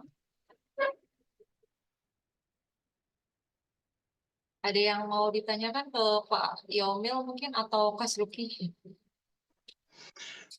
Sambil nunggu pertanyaan diajukan, saya mau nambahin 1 poin tadi yang Ibu Luki sempat singgung di tengah-tengah setelah saya bicara, itu tentang umur. Kira-kira ada yang tahu nggak umur berapa Kolonel Sanders memulai bisnis KFC? Ada yang tahu nggak? Maksudnya? 65 tahun, Pak. Betul, betul sekali itu. Beliau punya umur di atas 60, baru mulai bisnis. Dan itu ketika dia mulai bisnis juga dia dicemooh sama orang, ngapain sih jualan ayam goreng gitu loh. Tapi karena dia punya tekad, dia jalanin, dia paksain, bodo amat. Emang lu yang ngasih gua makan? Gitu, dia jalanin terus, akhirnya dia jadi seperti yang kita kenal sekarang. Pantang mundur. Itu aja, dan banyak seperti dia. Kalau kita cari di internet, kita nemukan banyak sekali orang-orang yang mulai bisnis itu di umur di atas 40, di atas 50 tuh banyak sekali. Dan mereka sukses gitu loh. Nah, kita belajar suksesnya dari mereka. Seperti itu. Monggo silakan, saya cuma mau menyampaikan itu aja.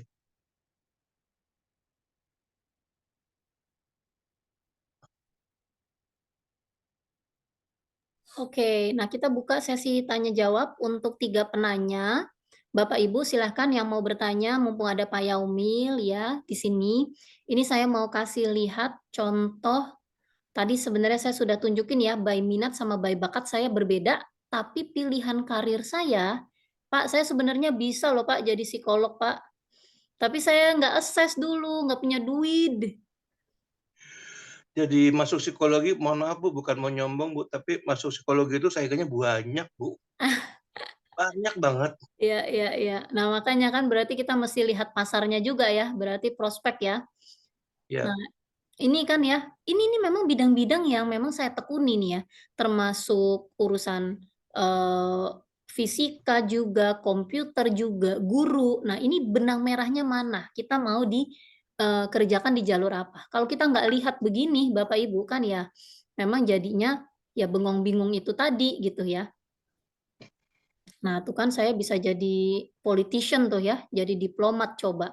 Tapi kan diplomat itu nggak bisa dari content creator ya, bisa untuk mengupload tentang hukum-hukumnya, ilmu-ilmunya, semua sih bisa aja gitu ya. Apalagi kalau Bapak Ibu bukan di usia yang dari bisnis hasilnya itu untuk makan gitu ya. Makanya bisnis tuh beda sama jualan atau sama karyawan. Jadi ketika kita mau berbisnis tentunya kita harus berbagi gitu. Adakah yang mau bertanya atau mungkin kita cukupkan hari ini bisa lanjut? Ini ada Kakak Rose, ada Pak Wardono, Kak Yunita, welcome. Kak Vidya, ini belum tegur sapa. Kak Arvia, Kak Noel, wah ini nama-nama baru nih ya. Kak Wiwin, Kak Yeni sudah ada di member kita, Kak Willy.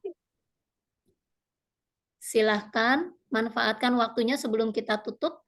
Oke, boleh satu pertanyaan ya Kak Luki ya. Silahkan Kak Vidya. Silakan. Ini mohon maaf tidak on cam. Ya. Ya, jadi tadi itu kan ada ini ya hasil dari tes MBTI ya terkait dengan pilihan karir itu ya. Nah itu hasil itu apakah masih berlaku ketika kita berusia di atas 40 ya? Ya notabene saya usianya sudah 43.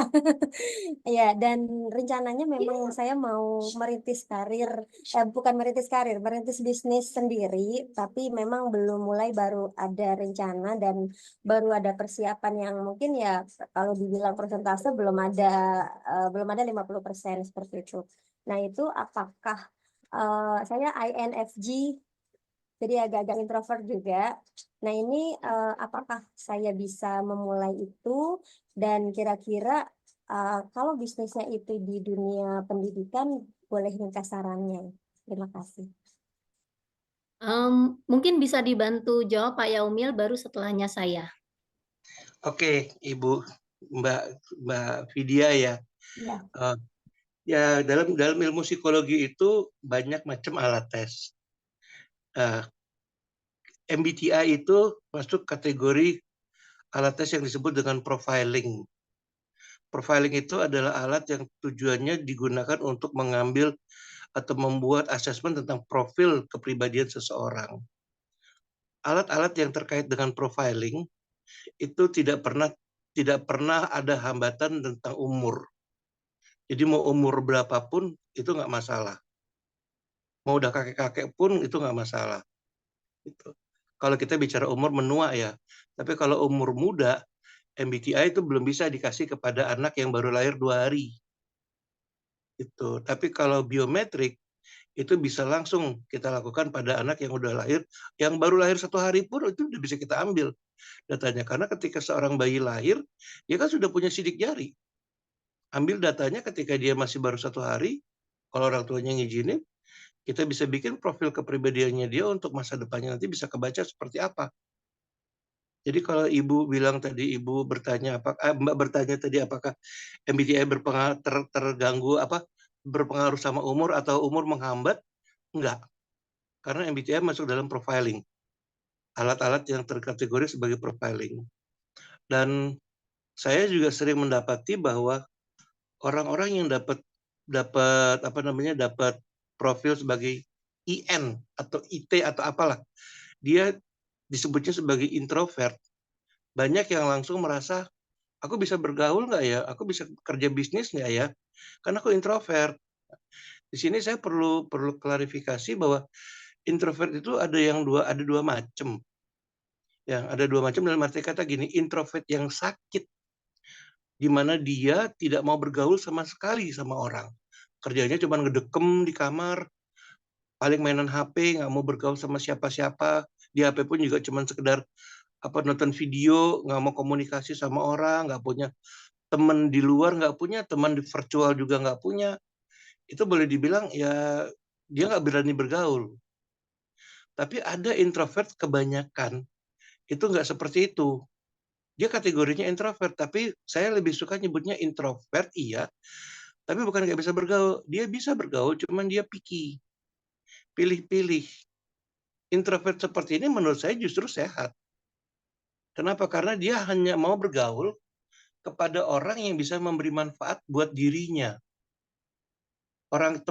Dia berteman sama siapapun mau, asal teman itu bisa memberi manfaat buat dirinya. Kalau temannya nggak bisa memberi manfaat, dia nggak mau. Cukup sekedar kenalan saja.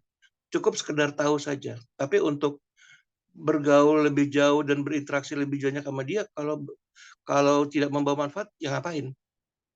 Saya bisa ambil contoh, orang bilang saya ekstrovert, tapi saya juga ngerasa saya introvert. Kenapa? Karena kalau saya keluar rumah saya suka, di dalam rumah pun saya suka.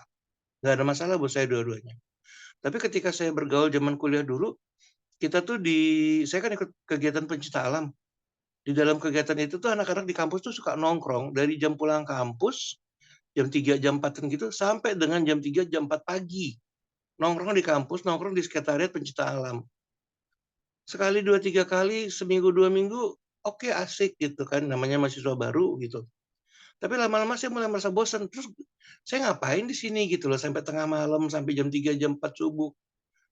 Tapi pingin keluar pun juga nggak enak sama teman-teman, karena mereka suka nongkrong gitu loh. Akhirnya yang saya lakukan adalah saya melakukan strategi undur diri. Yang biasanya saya pulang jam 3, jam 4, sekarang saya pulang jam 1, jam 2. Selang seminggu saya pulang lagi jam 12, jam 11. Mundur terus. Sampai akhirnya saya berhenti nongkrong. Baru akan nongkrong kalau memang saya punya keperluan.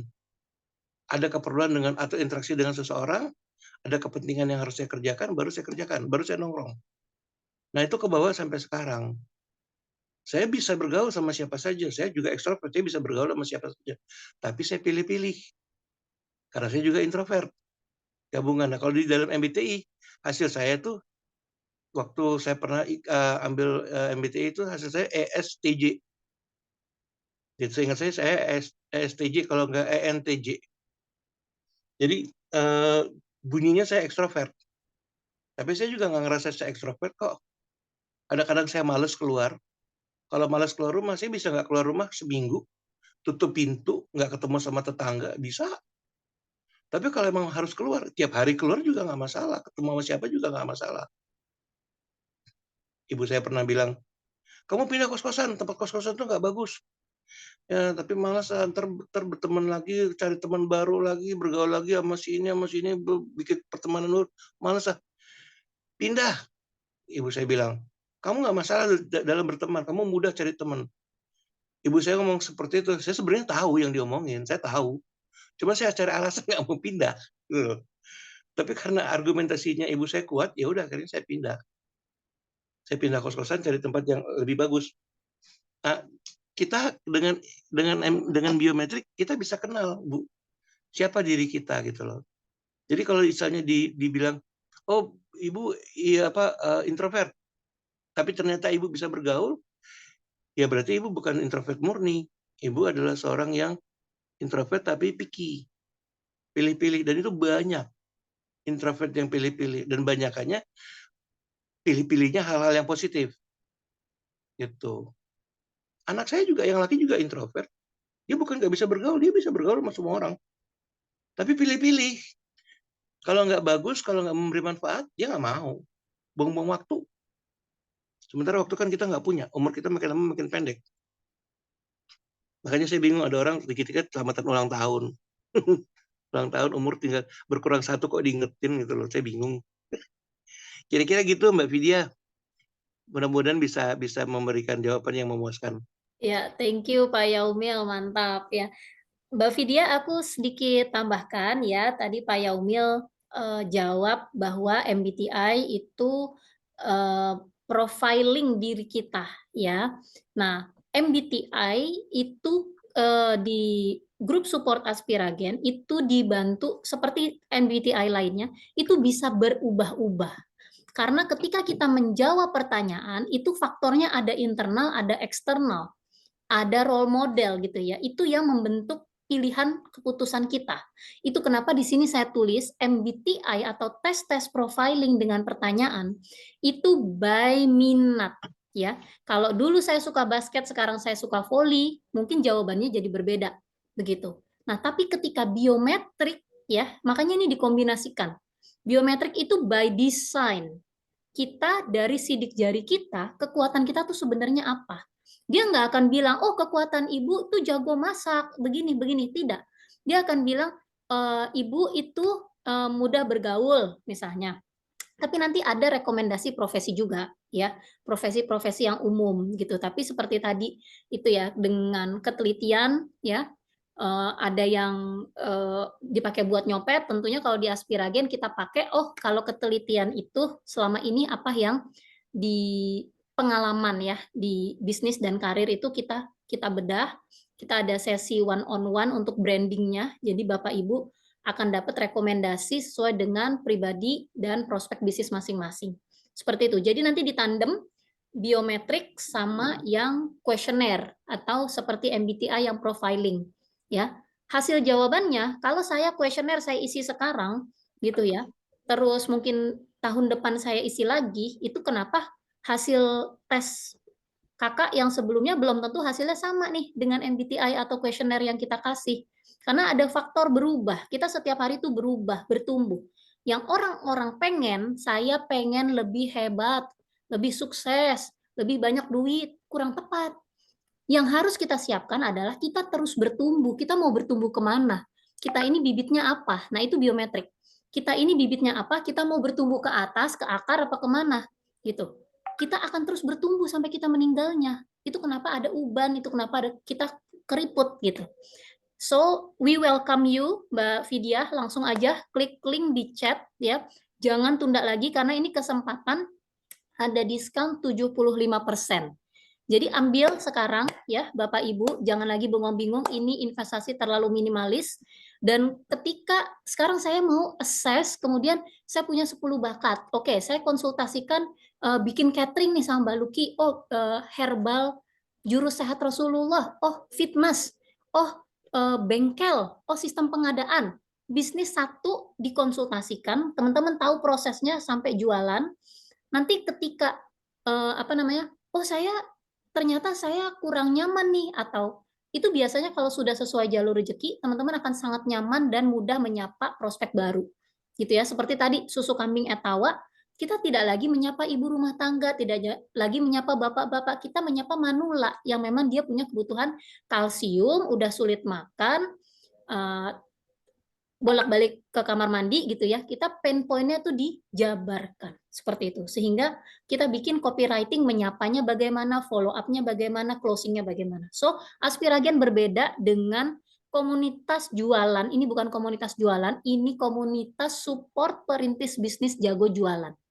Gitu. Dengan apa? Bukan dengan bisnis coba-coba, tapi dengan akar, mengakses lagi minat dan bakat. Minatnya itu by questionnaire, bakatnya by sidik jari. Jadi welcome teman-teman yang mau praktekin ya, ini investasi terlalu minimalis untuk hasil yang Masya Allah bombastis ketika dikerjakan ya. Disclaimer, ketika dikerjakan. Assessment itu hanya 10-30%. Nah, part menyiapkannya, part mengerjakannya, dan kali 10, kali 100, kali 1000-nya, ketika teman-teman nggak punya support system seperti Aspiragen, ya bagaimana bertumbuhnya? Nanti tanda tanya lagi. Seperti itu Pak Yaumil, Mbak Vidya, dan teman-teman, Bapak Ibu lainnya, terima kasih sudah hadir. Boleh tanya nggak, Mbak? Boleh, Mbak Luki, Ibu. boleh tanya? Boleh dong. Ya, Assalamualaikum warahmatullahi wabarakatuh. Ya, Waalaikumsalam Ya, warahmatullahi. saya mau tanya Pak Yaumil. Pak Yaumil begini, Pak. Jadi saya itu senang masak. Saya senang masak dan saya kalau menurut orang-orang rasa masakan saya oke gitu ya. Jadi saya sudah pernah punya restoran. Saya punya restoran 2 kali bangkrut. Terus punya usaha franchise dimsum juga bangkrut ya. Tapi menurut mereka rasa masakan saya enak gitu ya. Entah apa yang salah dengan ini gitu. Tapi begitu saya memulai merintis menjadi agen JNE, alhamdulillah saya bisa melakukannya gitu ya.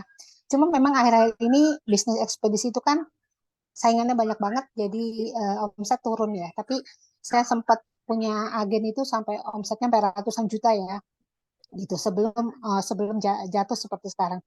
Nah, ini saya mau memulai lagi bisnis kuliner. Kemarin sempat saya buka warung pecel, tapi karena kendala kesehatan akhirnya tutup. Nah, sekarang saya mau buka warung bakso yang menurut saya itu sejuta umat gitu.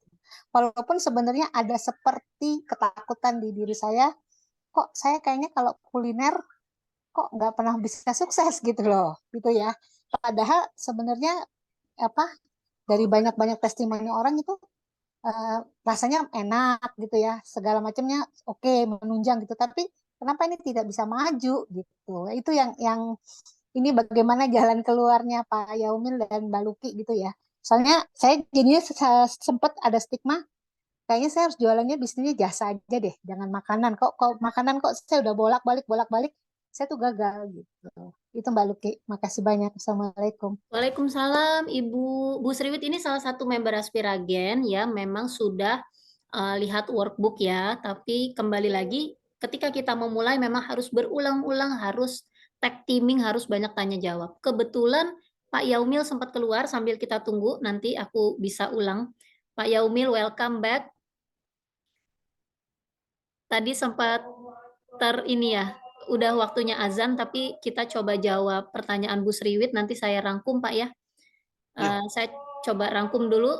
Maaf izin pas azan, saya mute dulu sebentar.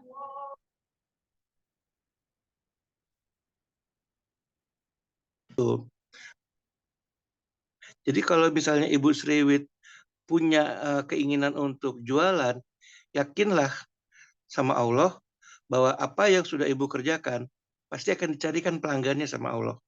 Ibu bablas aja, jalanin aja. Saya pernah nonton sebuah video sangat motivasional. Bapak-bapak tua ngangkat kasur tempat tidur tanpa kasurnya ya, tempat tidur dari bahan bambu, dia tenteng-tenteng keliling kota, belum terjual.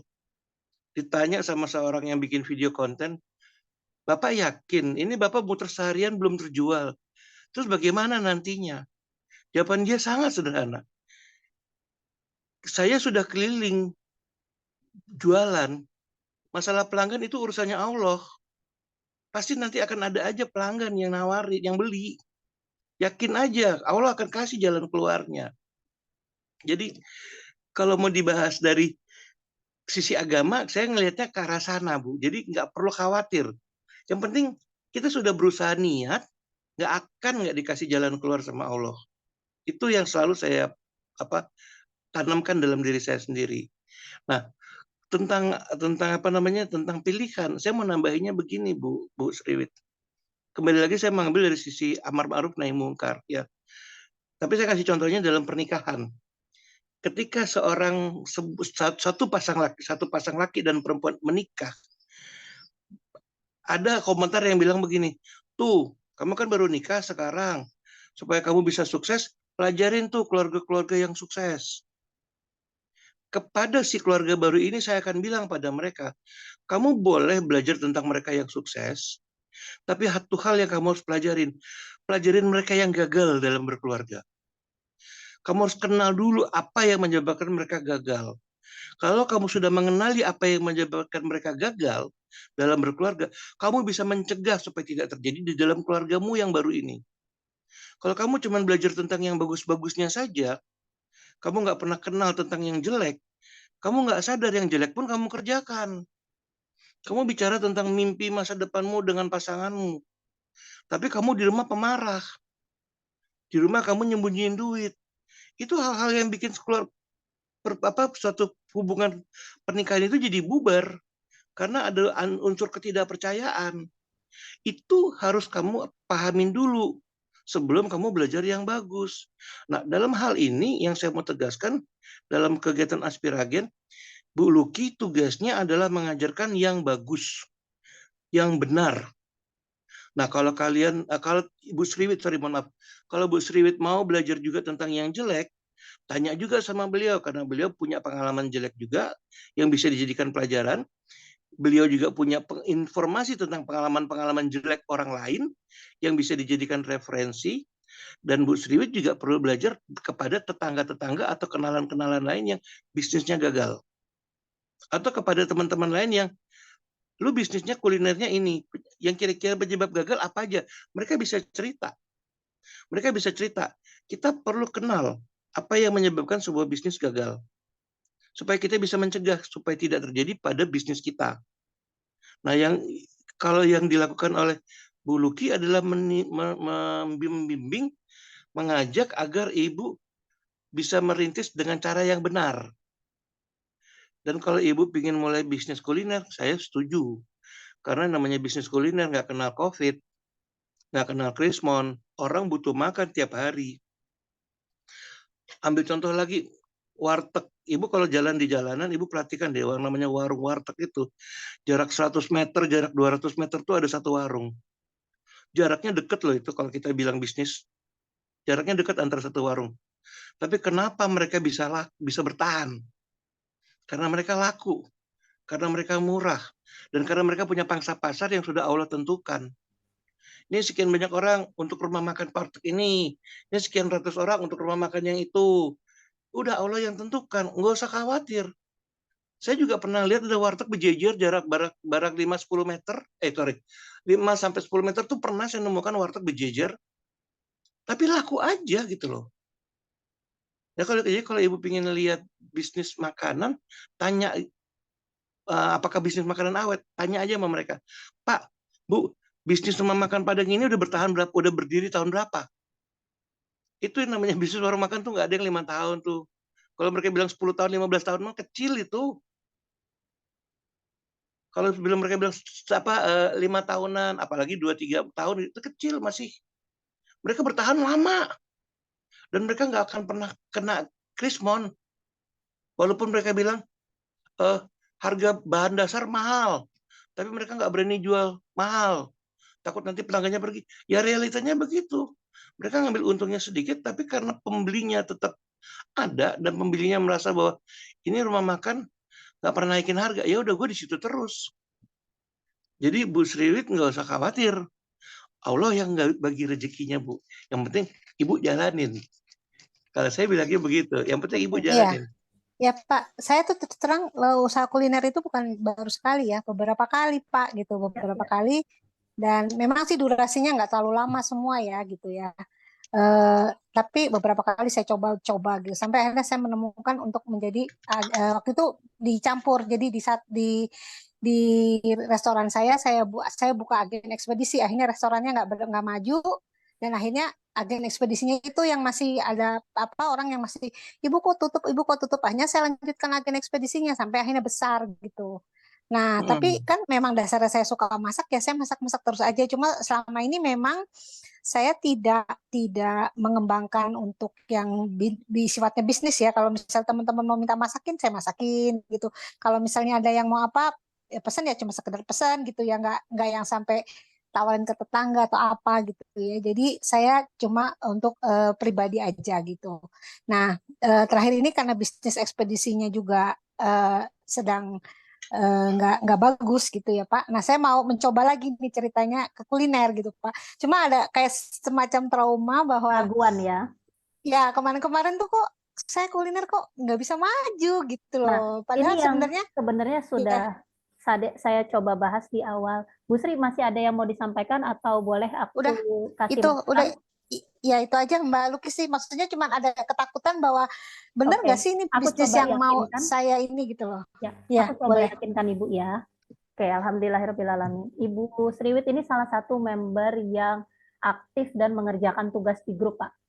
Ya, jadi buat Bu Sriwit, paketnya ketika tertarik diambil dan perlu meyakinkan diri, saya sarankan ambil yang biometrik ini. Karena Ibu sudah member, jadi harganya khusus. Jadi klik aja link di bio, nanti dibantu Kakak Retno untuk khusus yang biometrik aja, lebih ekonomis lagi tentunya. Karena khusus hari ini. Ya, jadi gini, Bu Sriwit sebenarnya sudah lakukan langkahnya. Tentu yang tadi saya bilang ya, kita berbisnis itu ibarat kita mau maraton 7 kilo sampai 42 kilo nih. Tergantung takaran rezeki kita yang kita nggak tahu. Tapi rezeki itu insya Allah lebih dari cukup. Ketika ibu bukan kejar rezeki, tapi jadi magnet rezeki. Jadi magnet rezeki di Aspiragen artinya kita tahu apa yang kita lakukan hari ini. Kita tahu apa yang kita lakukan hari ini karena kita tahu bakat dan minat kita apa. Nah, Ibu tertarik sekali dari kemarin, saya pengen assessment. Belum ambil assessment yang minat, yang pertanyaan. Tapi kenapa kami undang di sini untuk Ibu kenal langsung dengan tim Pak Yaumil? Karena nanti ada pertanyaan itu dengan pengalaman, dengan lingkungan, pengaruh orang tua, itu Ibu menjawab pertanyaan. Tapi dengan sidik jari, itu nanti akan bunyi juga.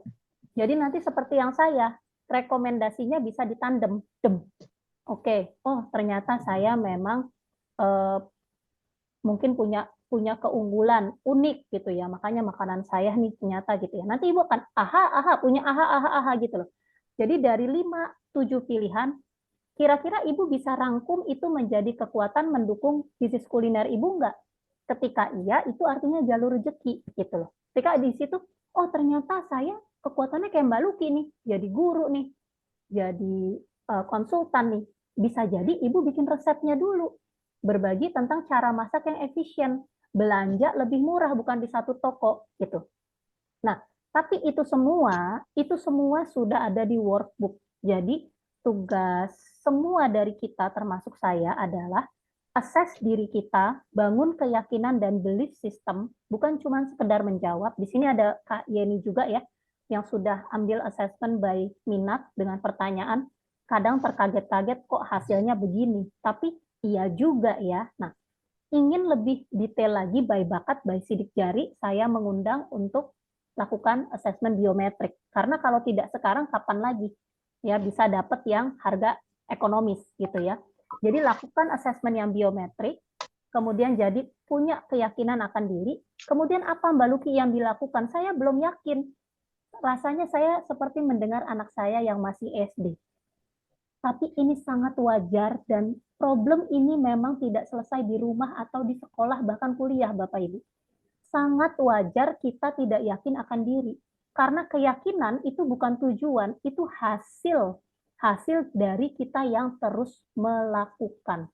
Kalau Bapak Ibu tanya, dokter, pilot, itu mereka hanya meniru biasanya orang tua mereka.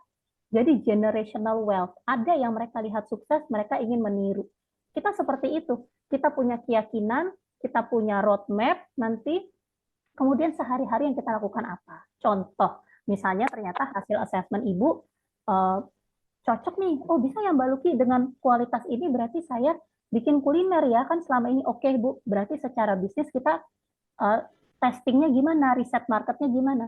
Ibu bisa nggak, target market Ibu siapa? Kan kita kan di grup spesifik ya, oh anak sekolahan, oh ibu rumah tangga, oh ibu bekerja, oh anak motoran, orang sales, ya kan? Kayak tadi Pak Yaumil bilang, warteg selalu sukses nggak pernah tutup. Oh tidak Pak, warteg itu bisa tutup ketika dia tidak di target marketnya. Ketika tadi mungkin asesmennya secara kualitas, secara ini juga mereka tidak lakukan gitu ya. Katakan warteg ditaruh di tengah hutan gitu ya, nggak ada pembangunan, nggak ada apa ya, sulit juga. Kurang lebih seperti itu. Jadi jangan lagi coba-coba bisnis. Wajar ketika ibu merasa ragu, mantapkan lagi ke akarnya, inikah jalur rezeki ibu, kemudian kita bawa ke dalam doa dan kita lakukan. 10 orang pertama setiap hari, 100 orang pertama, 1000 orang pertama, 10.000 orang pertama. Menjangkaunya bagaimana Mbak Luki? Kan ada di workbook Bu, ya. Kita bisa menjangkau online, kita bisa menjangkau offline. Itu namanya riset market. Jadi untuk hal itu nanti Bu Sriwit ngobrol lagi di grup karena kita masih diskusi sampai tanggal 20 di grup ya. Untuk masukan dari Pak Yaumil, lakukan biometric test sehingga Ibu punya keyakinan ya. Terlalu ekonomis, terlalu minimalis, kalau kita tidak tinggal akhirnya oh coba kemarin saya masih sehat, saya masih bisa, saya gas gitu ya. Jadi jangan sampai kita ada penyesalan seperti itu. Yuk gas sekarang, langsung kita tunggu di kantor Pak Yaumil ya. Bismillahirrahmanirrahim. Oke. Insya Allah Mbak. Terima kasih. Terima kasih banyak. Ibu. Terima kasih Kakak, Ibu, teman-teman semua. Kakak Retno tadi udah ya, udah di-share lagi linknya buat Bapak Ibu yang ingin bertanya paketnya, paket yang khusus biometrik saja atau yang dengan paket bimbingan ya. Yuk take action sekarang karena misi dari Aspiragen itu adalah membantu kita pribadi ini fungsi di masyarakat. Ya, bagaimana kita optimis berperan dan nggak mudah baperan. Ya, caranya gimana? Caranya assess diri, ketahui dari bakat ya, Pak Yaumil ya. Ya. Sidik jari yang akan terus muncul begitu juga, kecuali kita kriminal mungkin di Mission Impossible ya, ganti sidik jari ya. Gitu ya Kakak Retno, ketika memang kita niatnya baik ya, kita tinggal tentukan jalur rezeki ya. Jadi saya itu kekuatan saya adalah di koordinasi di pembuatan SOP Pak. Jadi tadi tiga faktor bisnis itu kalau kita bicara bisnis itu di apa? Bukan cuma sekedar jualan, tapi disiapkan, dilakukan dan diulang Pak. Itu bisnis. Nah, kemudian dilakukannya itu atau disiapkannya itu perlu apa? Perlu tiga. Perlu tiga itu perlu yang pegang visi, kunci, kulturnya, kemudian SOP operationnya. Ini yang pengalaman Bapak corrupted ya. Ketika tidak ada SOP, tidak ada sanksi ketika ada pelanggaran, ini bahaya. Kemudian yang ketiga ini ada si jago jualannya, ada yang networkernya. Cuman 3 ini aja. Jadi kita nggak perlu bicara, oh bisnis nasional, proyek nasional, besar dunia. Kalau kita bukan anak konglomerat atau sudah punya bisnis 7 turunan yang punya network seperti 02 ya, mohon maaf ya, nggak usah lah ya pusing-pusing mikirin yang seperti itu. Kita fokus aja dengan apa yang kita miliki, akses dengan biometrik, dan lakukan apa yang kita bisa hari ini. Masa lalu kita udah nggak bisa ubah, jadi bukan keadaan kita sekarang ya, saya terlahir minus, bahkan saya dikuliahin sama tetangga, tapi apa yang membuat Allah jaga saya ya, saya jaga prestasi, saya sedang belajar, saya nggak pernah taruh CV juga Pak ya, selama saya di dunia audit accounting itu saya ditarik begitu sama klien. Jadi boleh sombong sedikit ya, meskipun sekarang udah nggak kerja juga gitu ya. Nah, tapi saya selalu dijaga untuk mengenal ini jalur rezeki saya tuh di mana. Bukan tiru-tiru, bukan cari yang viral, karena ternyata semua orang rezeki itu sudah ditetapkan, nggak akan pernah kurang. Jadi kalau Bapak Ibu sudah ambil paket ini, insya Allah hidup tuh nikmat, Masya Allah. Ya, jadi cerita tentang buku-buku aja nggak ada habisnya sebenarnya. Saya bisa aja nih konten saya cuma seputar buku motivasi, tapi ternyata saya bisa bantu orang lebih, bahkan bisa punya bisnis yang menghasilkan. Begitu. Jadi itu nanti dibukakan semua sama Allah insya Allah. Seperti itu. Tapi yang orang bingung itu saya ini siapa, hari ini saya kerjakan apa. Itu yang kita jawab, Pak. Bismillahirrahmanirrahim. Terima kasih Bapak Ibu, Kakak Retno. Makasih Pak Yaumil terutama waktunya. Masya Allah, alhamdulillahirrahmanirrahim. Sampai selesai bisa membersamai kami semua. Mohon maaf apabila ada salah-salah kata dari kami pemateri, dari Kakak Retno juga. Kami berharap bisa terus komunikasi, kolaborasi ya, karena bukanlah kami yang lebih dari teman-teman, tapi kami sudah melalui sehingga ingin memberikan roadmap, langkah kerja, sehingga teman-teman bisa optimis berperan di bidang masing-masing, di bisnis masing-masing. Ingat, bisnis gaya baru ya, upload story jadi magnet rezeki. Jangan bisnis gaya lama yang buka toko atau stok. Jadi seperti Bu Sriwit tadi, bisnis gaya baru gimana Mbak Luki? Dimulai dengan riset market. Caranya gimana? Nanti ada di grup. Oke, terima kasih. Wassalamualaikum warahmatullahi wabarakatuh. Semoga kita bertemu kolaborasi di kesempatan berikutnya. Wassalamualaikum warahmatullahi wabarakatuh. Waalaikumsalam warahmatullahi wabarakatuh. Amin, amin ya rabbal alamin. Terima kasih Pak Yaumil. Sama-sama, Mbak